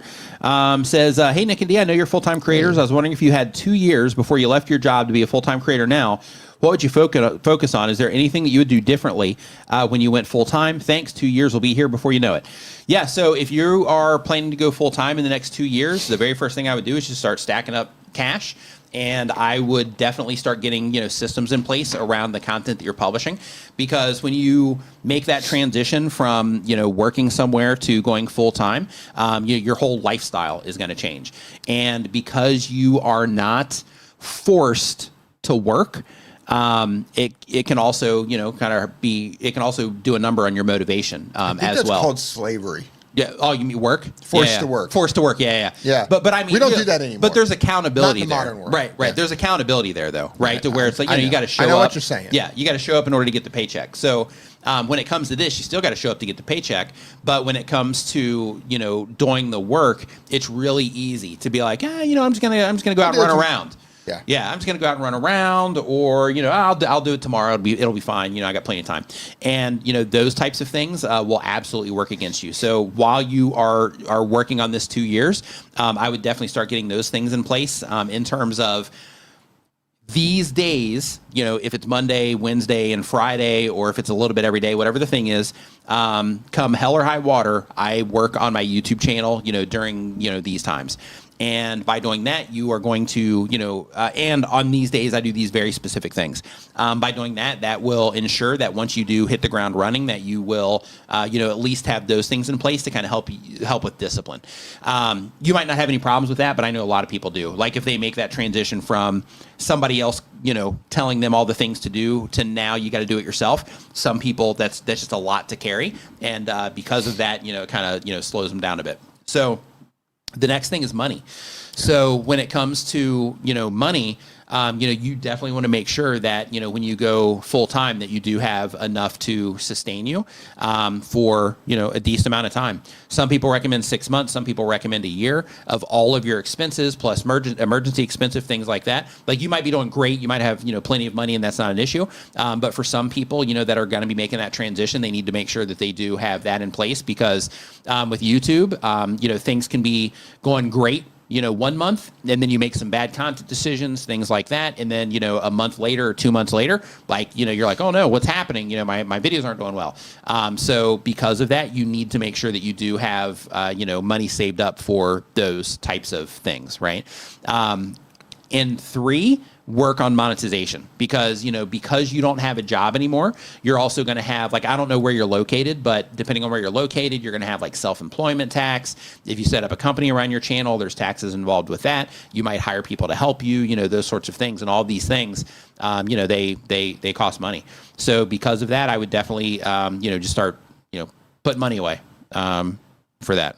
Any other advice? What do you got, D? Yeah, I mean, in terms of monetization, I agree with everything that you said. I would really think about how you're going to monetize outside of YouTube. Yeah. Right. Think about diversifying your. Oh yeah, I was going to start to go down that one. Think about how you're going to diversify, because if you put all of your eggs in the YouTube basket, then that means you are going to live and die by ad revenue or channel memberships or whatever's inside. And if you're one of the unfortunate people that break a rule that you didn't know existed and your channel gets terminated, then you're at 0. You wake up one day and you're like, uh-oh, it's over. Yeah. Yeah. So oopsie gone. Yeah. So because of that, you have to diversify off a platform, and if possible, some people are more aggressive at this than other people are.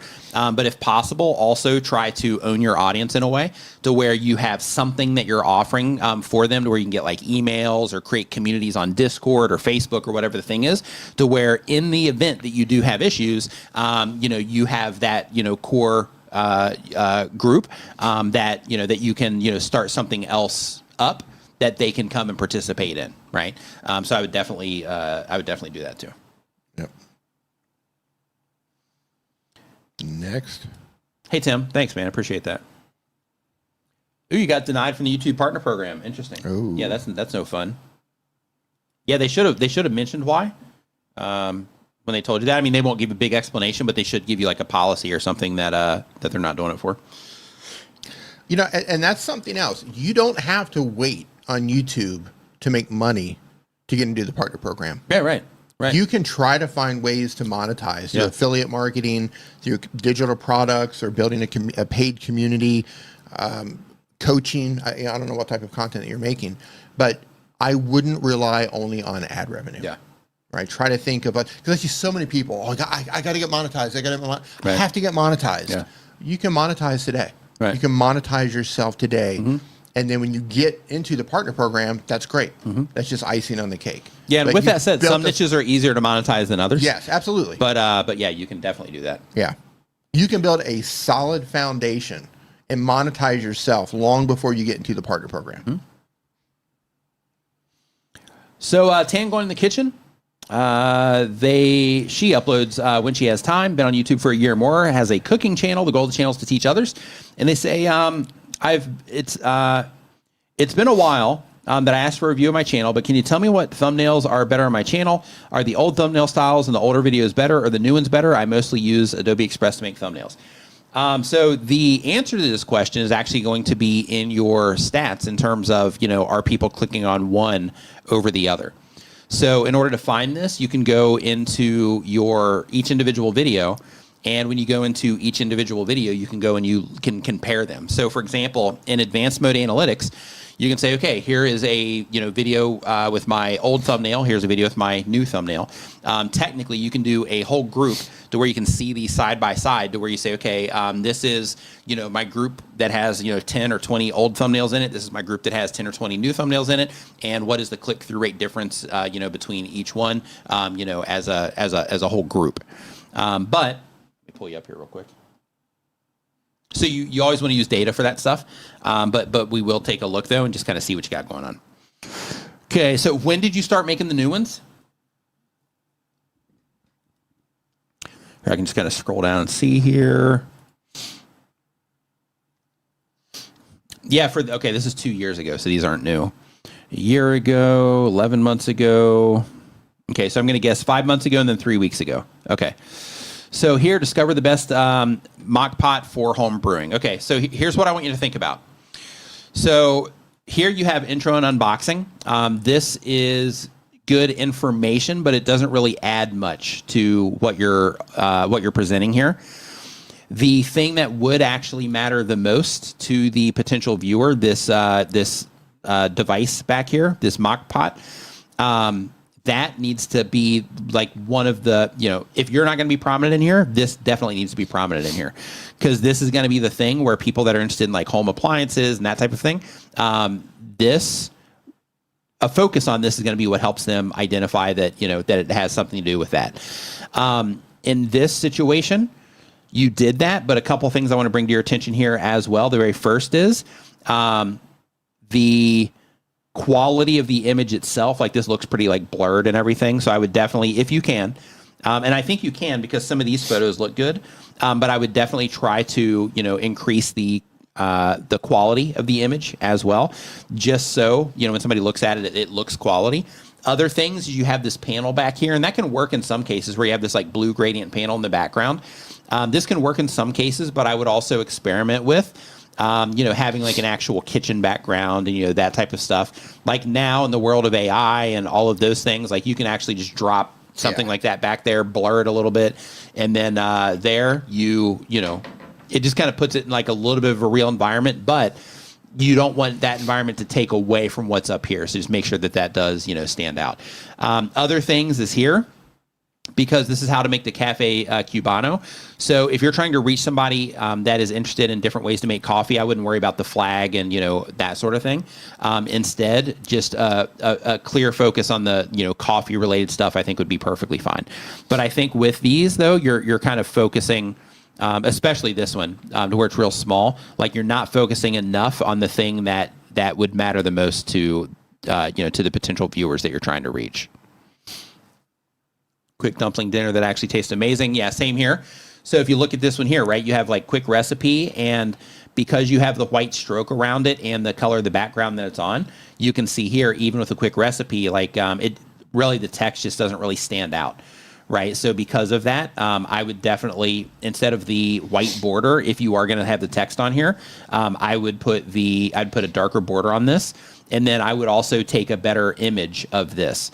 So there's things that you can do when you're taking photos for your thumbnails. Like, for example, if you have an extra like lamp around your house, or any type of like lamp or fixture that you can kind of move around, then in that case you can plug it in to where it's kind of close to this, and then you can turn that on to where it'll give you enough light on this to where you can get a good image out of it. And then from there, with the technology that we currently have, you could drop that into, like Nano Banana or something like that, and just have it recreated to where, it just kind of looks a little bit more, vibrant and whatnot. But I think that you're working against yourself with like these panels and that kind of stuff. And by panel, I mean this like light blue kind of frame that you put on here. This works against you in two ways. And I'm just going to be upfront with you here because I wouldn't be helping you if I wasn't. So when a thumbnail's put together like this, it suggests that what's behind it might not be great, because the thumbnail itself is a bit messy with this like background, then the photo, and then text that's kind of over the photo, right? If this whole thing was filled up with just the image itself, and then it had the text over top of it, that will instantly make it a little bit more cleaner, which will increase the perceived possible value of the video that might be behind it. So when it comes to your thumbnails, I would think about those types of things and think about how, you're presenting some of this. And even on some of these older videos too, like I would definitely, here's what I would do is I would hop on YouTube right now, and I would try to find videos on, like, if you're taking these photos with your phone, I would try to find videos on how to take the best possible pictures with whatever model of phone that you're using.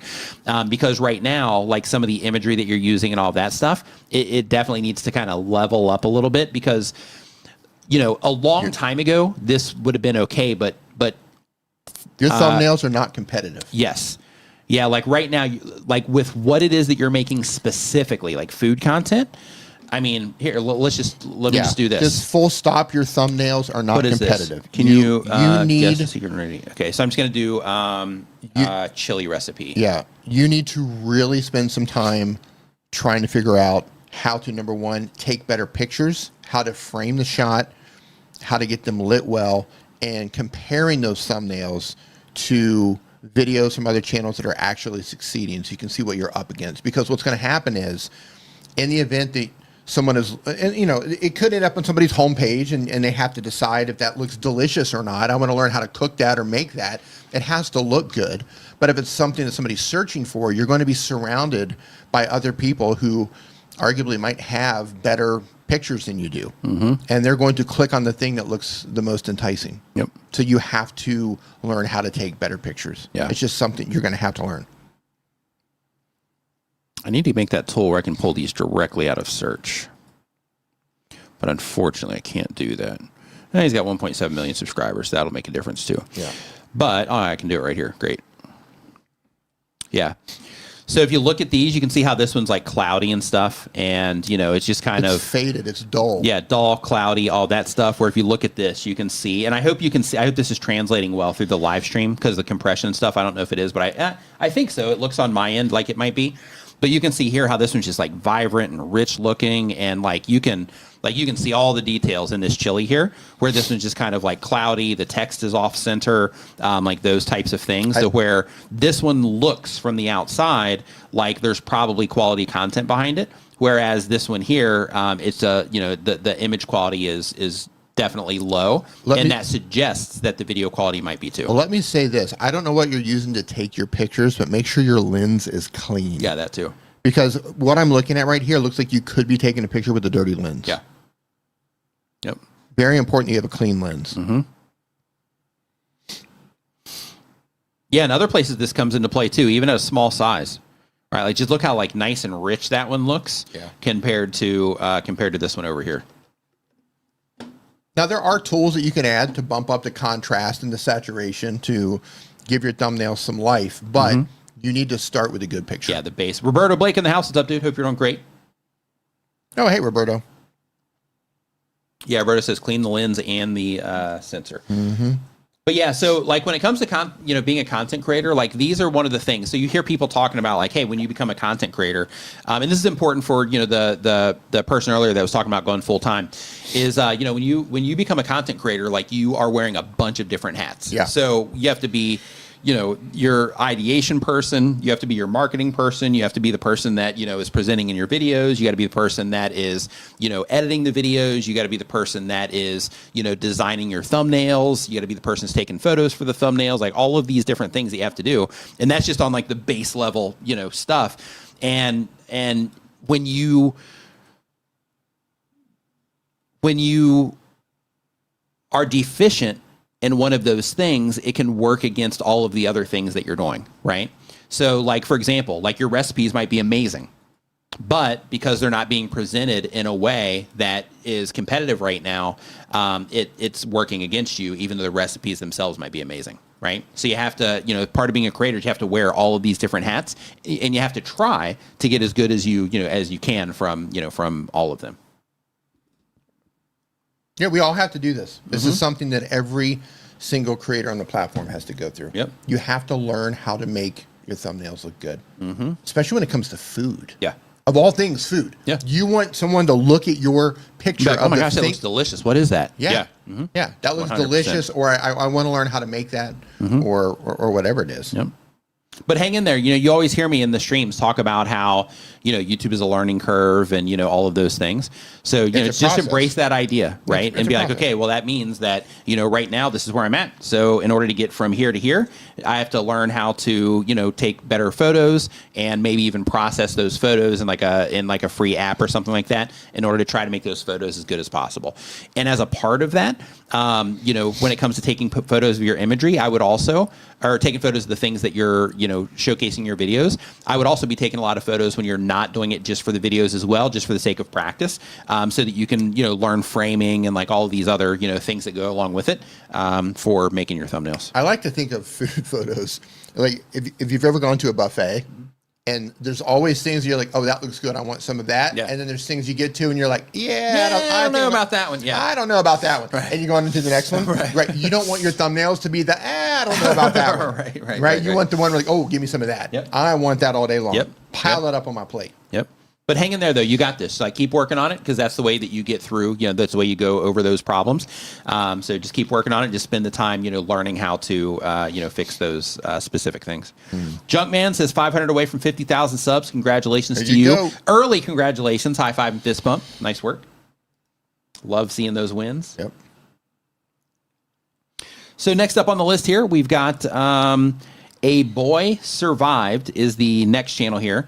And they upload when they have time. They've been on YouTube for less than a year. The type of channel says, I tell my story of being a childhood I read my journal entries about what happened and how I cope with it.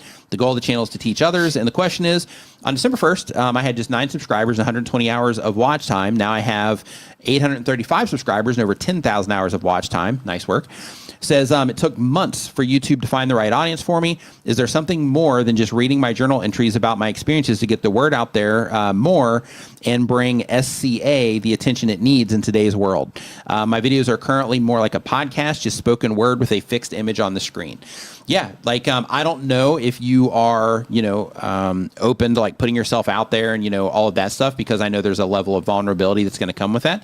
But if so, being that person that people can connect to and connect with and relate to is, definitely something that, could be, advantageous for you. I mean, you're already, some of these videos you've got, 7.6 thousand views, 3,000 views, 1.9 thousand views, 5.9 thousand views, all that stuff. So like, you're getting views on your videos, and, because of that, people are, interested in what it is that you have. So, because of that, yeah, the next thing would be, one, am I going to, keep going with what I'm doing currently with an image on the screen? Or two, can I, do this in another way? But I'm looking at I'm hovering over some of these videos, and, it's actually like, I think what you're doing actually looks pretty cool in terms of like the way that you're doing your art and all that stuff for the video that you are, for that one image that you do have. Are you supposed to be showing it right now? No, I don't see it. Oh, no. Okay. So for the people that are, watching these, then yeah, there's that. And you mentioned that you do it in kind of a podcast format. So one thing also is look in your retention, see how people are responding to these. And if you are getting a lot of people, watching these for longer periods of time, you might want to experiment with also having like an actual podcast playlist if you're not doing that already, which I can just look here real quick. Oh, okay, you are. Okay, that's good. So you're already doing that. That's great. And also experiment with making some longer ones also, to where maybe you get, I mean, I know there's only certain levels of detail that you can get into, but, to where you are, just kind of expanding the story, a bit. And the way that can help is, if people are watching them for even longer periods of time, then, YouTube's going to be like, hey, we can, expect X amount of watch time when we're showing these videos to people. And that can be helpful for you too.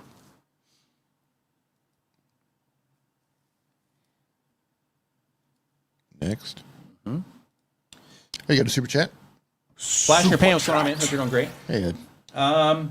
Anne Regina Johnson says, I have a relatively young channel. I usually see 40 or less views, but I have one video that's 600 and climbing. How does the growing vid help or hurt my channel overall? So the growing video helps your channel because those are new people interacting with your channel. And if they enjoy the content that you're putting out, then YouTube is going to detect that they enjoy that content that you're putting out. And then it's increasing the likelihood that YouTube is going to recommend additional content to those people that are already enjoying it, and possibly people that are like those people that are enjoying it. So when you have videos that are, doing better, one is to take note of the topics that you're talking about for those videos. And the reason that you want to take note on those topics is because those topics are resonating. And since they're resonating, okay, so I see you might be talking about this short over here. And it applies the same. What I'm sharing with you also applies over in shorts. And you also have a video here from 3 weeks ago. Okay, so this happened too in shorts and in long form. This is great.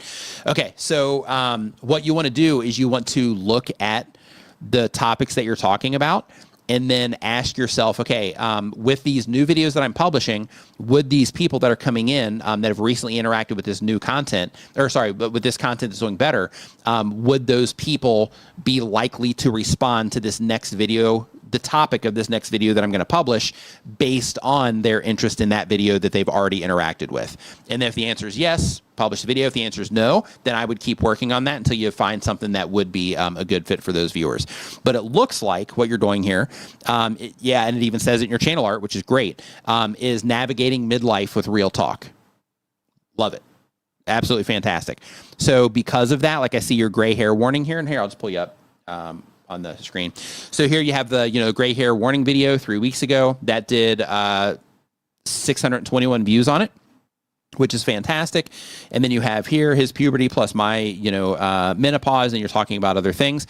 So with this one, since people didn't really respond to that one, leaning more into, okay, let's see if we can make a theme out of this. So people responded to the dark side of going gray. What are some other dark sides of things, right? Like the dark side of, you know, because I see you're wearing glasses like I do. So, you know, dark side of, having to correct your, I don't know if this is going to be a good one or not, but the dark side of, your, losing your, sharp vision or whatever the thing is. 5 surprising truths, right? And just trying to come up with other things that, that people deal with as they age.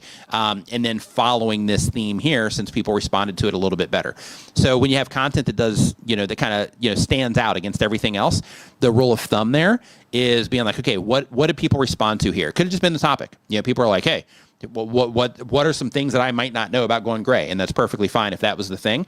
But it could also be how this whole thing was presented. And it is an opportunity to at least experiment with seeing if you publish, a couple more videos on this dark side of theme, if people also respond, to those. And when you're doing that, just look at the structure of this one. Like when I, started the video, what types of things was I saying, things like that. And you try to replicate that experience for people too, so that it feels similar. So it's framed in a similar way. You're following the theme. And then you're presenting the content in a way that also feels familiar to those people. So that's the idea when you have videos that, that do substantially better than others.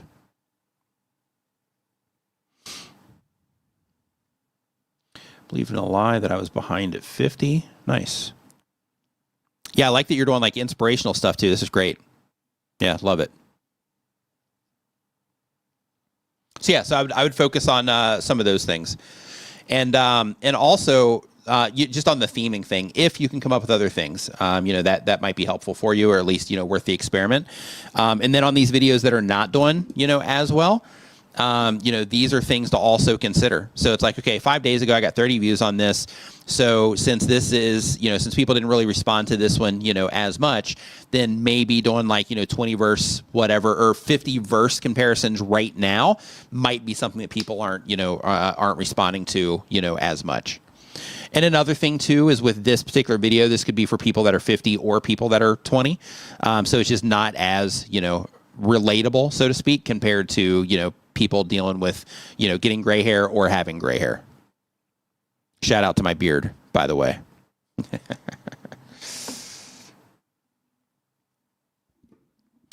So let's see here. So next up, so Tim says, how far on the list for the questions? I'm not sure. I just go through them one by one as we get there.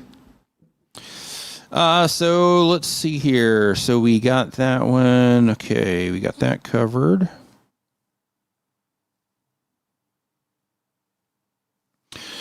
So next up, we have Open Air Outdoors. They upload 1 time per week or more, been on YouTube for a year or more. They do outdoors related content. The goal of the channel is connect with others who like what they like. And the question is, I notice views drop across the channel at this time of year. And this is true for many channels, it seems. This year is no different, as I already see a dramatic drop in views. I've decided this year to not publish long videos for the next 6 weeks, as I feel my time will be wasted putting in all the work and just put out shorts to keep the upload schedule going. Your thoughts on this throttling back on views at this time of year on YouTube? So the first thing you want to do is go to trends.google.com. So when it comes to trends.google.com, you want to go there and you want to start typing in things around the type of content that you create. In your case, you do outdoors related content. I'm going to look at your channel here real quick so I can give you some specific stuff. And you just want to look and see, okay, is there a drop in interest in this? So it's not like YouTube is, all of a sudden punishing the niche. It's that, is there a drop in interest in these things because maybe it's getting cold outside or whatever the thing is? And if so, then instead of publishing content about your adventures outdoors, like, prep your morning fire, for example, you could make videos that are, either preparing people for the cold, or which I guess the fire might be, but preparing people for the cold, or, preparing people for, whatever's coming next seasonally, since you are making that outdoor content. Other things that I do want to bring to your attention here is, and you mentioned that it's just a pattern in terms of your, views, but a couple of things also here, like, Wyben X4, flashlight review. I think this is okay, for an outdoor channel. But I would definitely look into, or just kind of consider, just analyze your content and think about, okay, am I trying to reach people that are, coming here for like tip related content? Or am I trying to reach people here that are, coming here just for the entertainment side to just kind of watch what I'm doing outdoors? And the reason I'm saying that is because when you are doing things like reviews, then, you want to make sure that you are, making the right content that would lead to people also being interested in the reviews as well, based on, the type of viewer that's watching the outdoor content. Peer review, compact, smoke less. Another thing, and I'm just saying this really quick because I mentioned it. I know you published this 2 months ago and you haven't done it since, but I would also stop using the hashtags in your titles too. Don't do that. Alone in remote 4 days, catch and cook, grouse walleye, timber walleye. Yeah, one thing too also, I don't know if September walleye is the name of if September is part of the name of the fish, but if this video itself was from September, I would remove the September from this because, again, if this is the name of the fish, which it might be, then it's not going to matter because the people that you're trying to reach will know that. But if it's not the name of the fish, I would strip September away from that. Another thing is when it comes to your titles themselves, and I'm just mentioning this stuff because your question was about the kind of viewership going down this time of year. But since we were pulling you up, I'm gonna share this stuff with you too. So you have here like the will I catch and cook.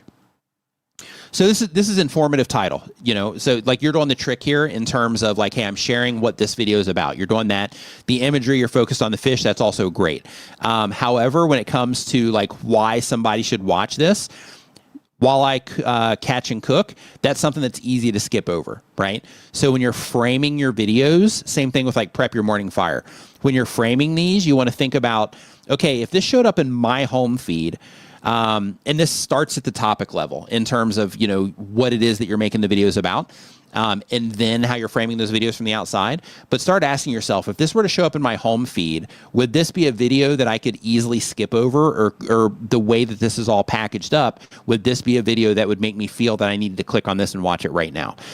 If you have it framed up to where it's something that people would feel they need to click and watch right now, then you're doing the right thing. If it's something that you might skip over, like prep your morning fire, then in that case, you might want to readjust this or adjust it so that you can make it something that, people can't just easily skip over. But on this one, if that's the thing and you can't find a way to reframe it, that's more compelling, that matches the video, then don't worry about it. But for the next videos that you publish, I would just keep those things in mind. Because here, like prep your morning fire, there just isn't anything like compelling about that, right? It's informative, sort of. I'm guessing with this that you're teaching people how to do the fire, and then it's a focus on you instead of the fire. I would also, adjust that. Maybe put a picture of the fire in here instead of putting you in there. But there isn't really much from the outside that's actually being offered here, meaning the value that I could expect from this video from the outside before I click on it, there isn't really much that I can get from this from the outside in terms of what I might get out of the video. So I'd work on that kind of stuff too. But seasonal changes when it comes to content is definitely a normal thing. There are ways around it. And if you do want to take those breaks, it's fine. But just keep in mind, when you do take breaks on YouTube and you don't have a strong archive, meaning that you have videos that are evergreen, that are continually bringing people into the channel, either through search or they just always do well in recommendations or whatever. When you do take those breaks, you have less and less people interacting with the content. And then by the time you come back, that video is going to have to do really well in order to break through, those initial groups where YouTube's going to start recommending it to some of the casual people too. So because of that, just be careful on, how much, how long your break is. So next up, we've got off-the-shelf rides, and I'm actually going to go in here, D, real quick and get this, get this ready. So just a heads up, if you're a channel member, here in just a little bit, we are going to be flipping over to the members only live stream. So with this, I'm in the process right now because I've already got it scheduled. I just have, or not scheduled, but I have it here. I just have to make it members only instead of unlisted. And I'm going to do that right now. And then I'll drop the link in here just so you can go ahead and kind of get that ready to check out. Here we go. So if you are a channel member, I'm dropping this link in here right now. That's where we're going to be going here in just a minute. A few minutes, actually. We got a little bit of time left. But let's hear. So next up, we've got off-the-shelf rides. Off the Shelf Rides, they upload 1 time per week or more. They do automotive reviews. The goal of the channel is to be a full-time creator. And the question is, sorry, a little long. First, thanks for all the help over the years, about 50 away from 10,000 subscribers. Love it. Congratulations. About a month ago, you took a look at my channel and said that you weren't sure if I was selling the cars or what exactly the channel was about. So I made some changes and followed your suggestions. So hopefully it's more clear now. Additionally, I uploaded videos, analytics, thumbnails, competitor thumbnails, and titles, etc. into ChatGPT. And we constructed a thumbnail style, Luminar Neo photo settings, and Canva layered template. 3 review formats for different audience target by vehicle type, and my last 3 reviews I posted are a result of leveraging AI for help. Ignore the weekly Wheelhouse videos. It's a new project. Hopefully my channel is more clear now and shows how AI can be helpful. Any other suggestions are always welcome. So let's see what is what you got. Let's see what you got going on. What you got going on here?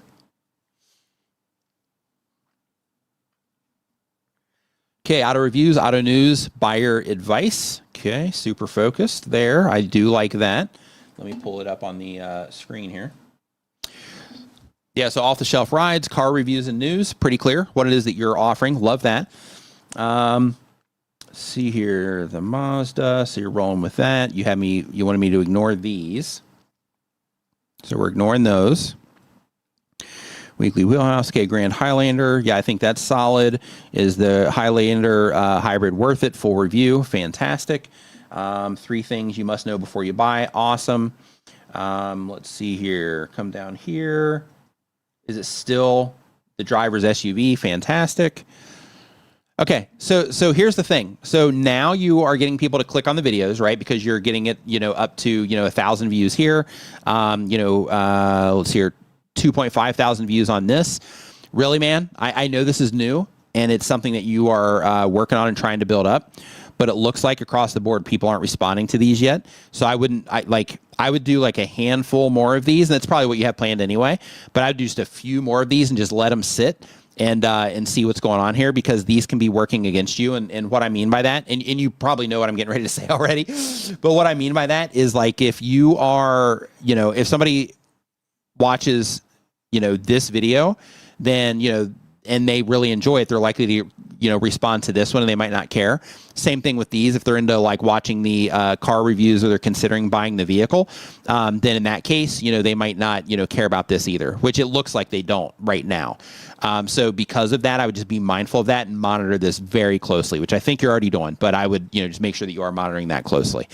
Also, let's see here. Yeah, I think like when it comes like your titles, all that stuff, I think the approach that you're taking there, I think that's great. It's definitely more clear now in terms of what it is that you're offering, which I think is good. So what I was going to say though is, like, now that you're getting more views on these like review videos and stuff, your next step is to go on some of these. You're getting more views. So the next step is to start breaking these down. So as you publish more of these review videos, another thing that you should do is you should also start looking for patterns on vehicle types. So inside of your YouTube analytics, you have something called advanced mode, and inside of advanced mode, you have something called a grouping feature. I have a short on my YouTube channel that shows how to get to that. Actually, you know what? I might need to update that because YouTube analytics has changed since then. But anyway, so what you'll do is you want to go into the grouping feature, and you want to start doing like SUVs versus like little Toyota Priuses, stuff like that. And you want to start basically saying, like, okay, every time I publish one of these, it goes into the SUV group. Every time I publish one of these, it goes into the compact car group. Every time I do one of these, it goes into the sports car group. And then by doing that over time, you're going to start to figure out if people respond better to, what types of, cars.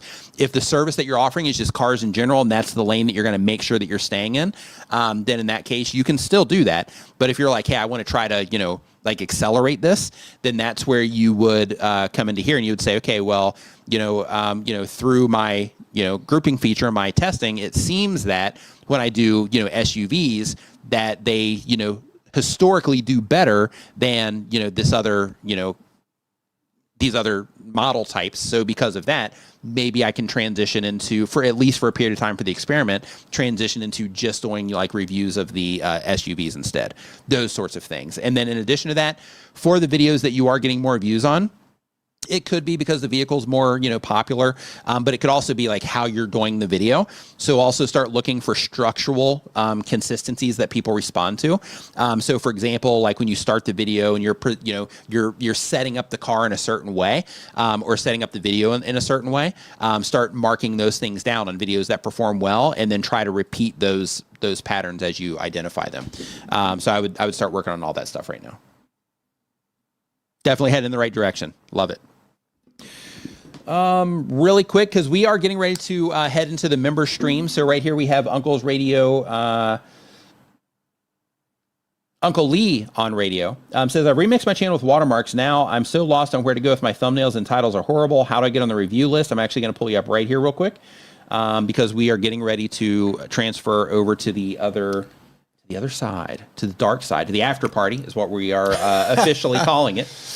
So, so Uncle Elon, let's see what you got going on here. You're going to go to your videos tab here. Yeah, and that is the last one for this. Yeah. Okay, so lo-fi atmosphere, ambient lo-fi, cozy fireplace stream, gather around. Okay, so a few things that you're doing here that I would just work on is if you are like, this one is not positioned as a music video, or sorry, a music stream. It's positioned like it's a wallpaper. This one is positioned as audio. It's lo-fi music. This is lo-fi music. This is a fireplace scene. So your channel that you're building is a utility channel, and you need to decide, like, it looks like it's a utility channel, and then it looks like you're going to try to be a music channel. So what you need to do right now is you need to figure out what you're offering. Are you going to be like a wallpaper utility that people can just turn this stuff on when they're sleeping, or they have it on their TV, as like a background thing? Or are you going to have this as a music channel where people are going to come here and they're going to use this as a resource for music, like you have in all of these here. So that's what I would get in place right now, is I would figure out what you're offering. Because right now you're kind of all over the place in what it is that you are presenting on the channel itself. Because the problem is, if I go there for the wallpaper content and I don't care about the ambient music, then in that case, when YouTube recommends that to me, I'm not going to respond to it. And that's going to tell YouTube, like, hey, I'm one of those people. It's going to hurt your click-through rate. And what you want ultimately is you want people that are, if they like a certain type of content from you, you want to try to give them that over and over and over again and turn your channel into a resource of that for people. So on that note, as we transition over into the members only stream, I do want to remind you, if you are somebody that is hitting a wall right now, maybe you're not getting the results that you want, or you're like, hey, I've been doing this for a while and I just can't get any traction. Just remember that YouTube is a learning curve, just like everything else that we do. If you play an instrument, you play a sport, you pick up a new hobby, you start a new job, there's stuff that you got to learn and stuff that you got to get good at in order to do it at a higher level. YouTube is the same exact thing. So just acknowledge, don't get frustrated, just acknowledge, hey, this is where I'm at in the learning curve. So I just need to make sure I'm working on the skills involved with being a content creator, regarding, design, presenting, strategy about the videos you're publishing, niching down, like all of these things. So just focus on those things, and that's the path in order to, get what you want out of this YouTube experience. But hang in there. You got this. We will see you next Saturday at 9 a.m. Eastern. D, great stream. Yep, great stream. I also want to remind you as well, just because we've just got a couple weeks on this now. So with Tuber School, our pre-enrollment is still available. You get to save 25% on Tuber School, which is a school that Dee and I are opening for content creators, YouTubers specifically. So if you are wanting to take things, up a notch on your YouTube channel here in 2026, make sure that you go to tuberschool.com and check out the information on that, because the price is going up as soon as the school opens. So because of that, if that is something that you're interested in getting in on, go ahead and do that. Go ahead and do that quickly. Do it now if you can. And have a great rest of your weekend, and we will see you next time.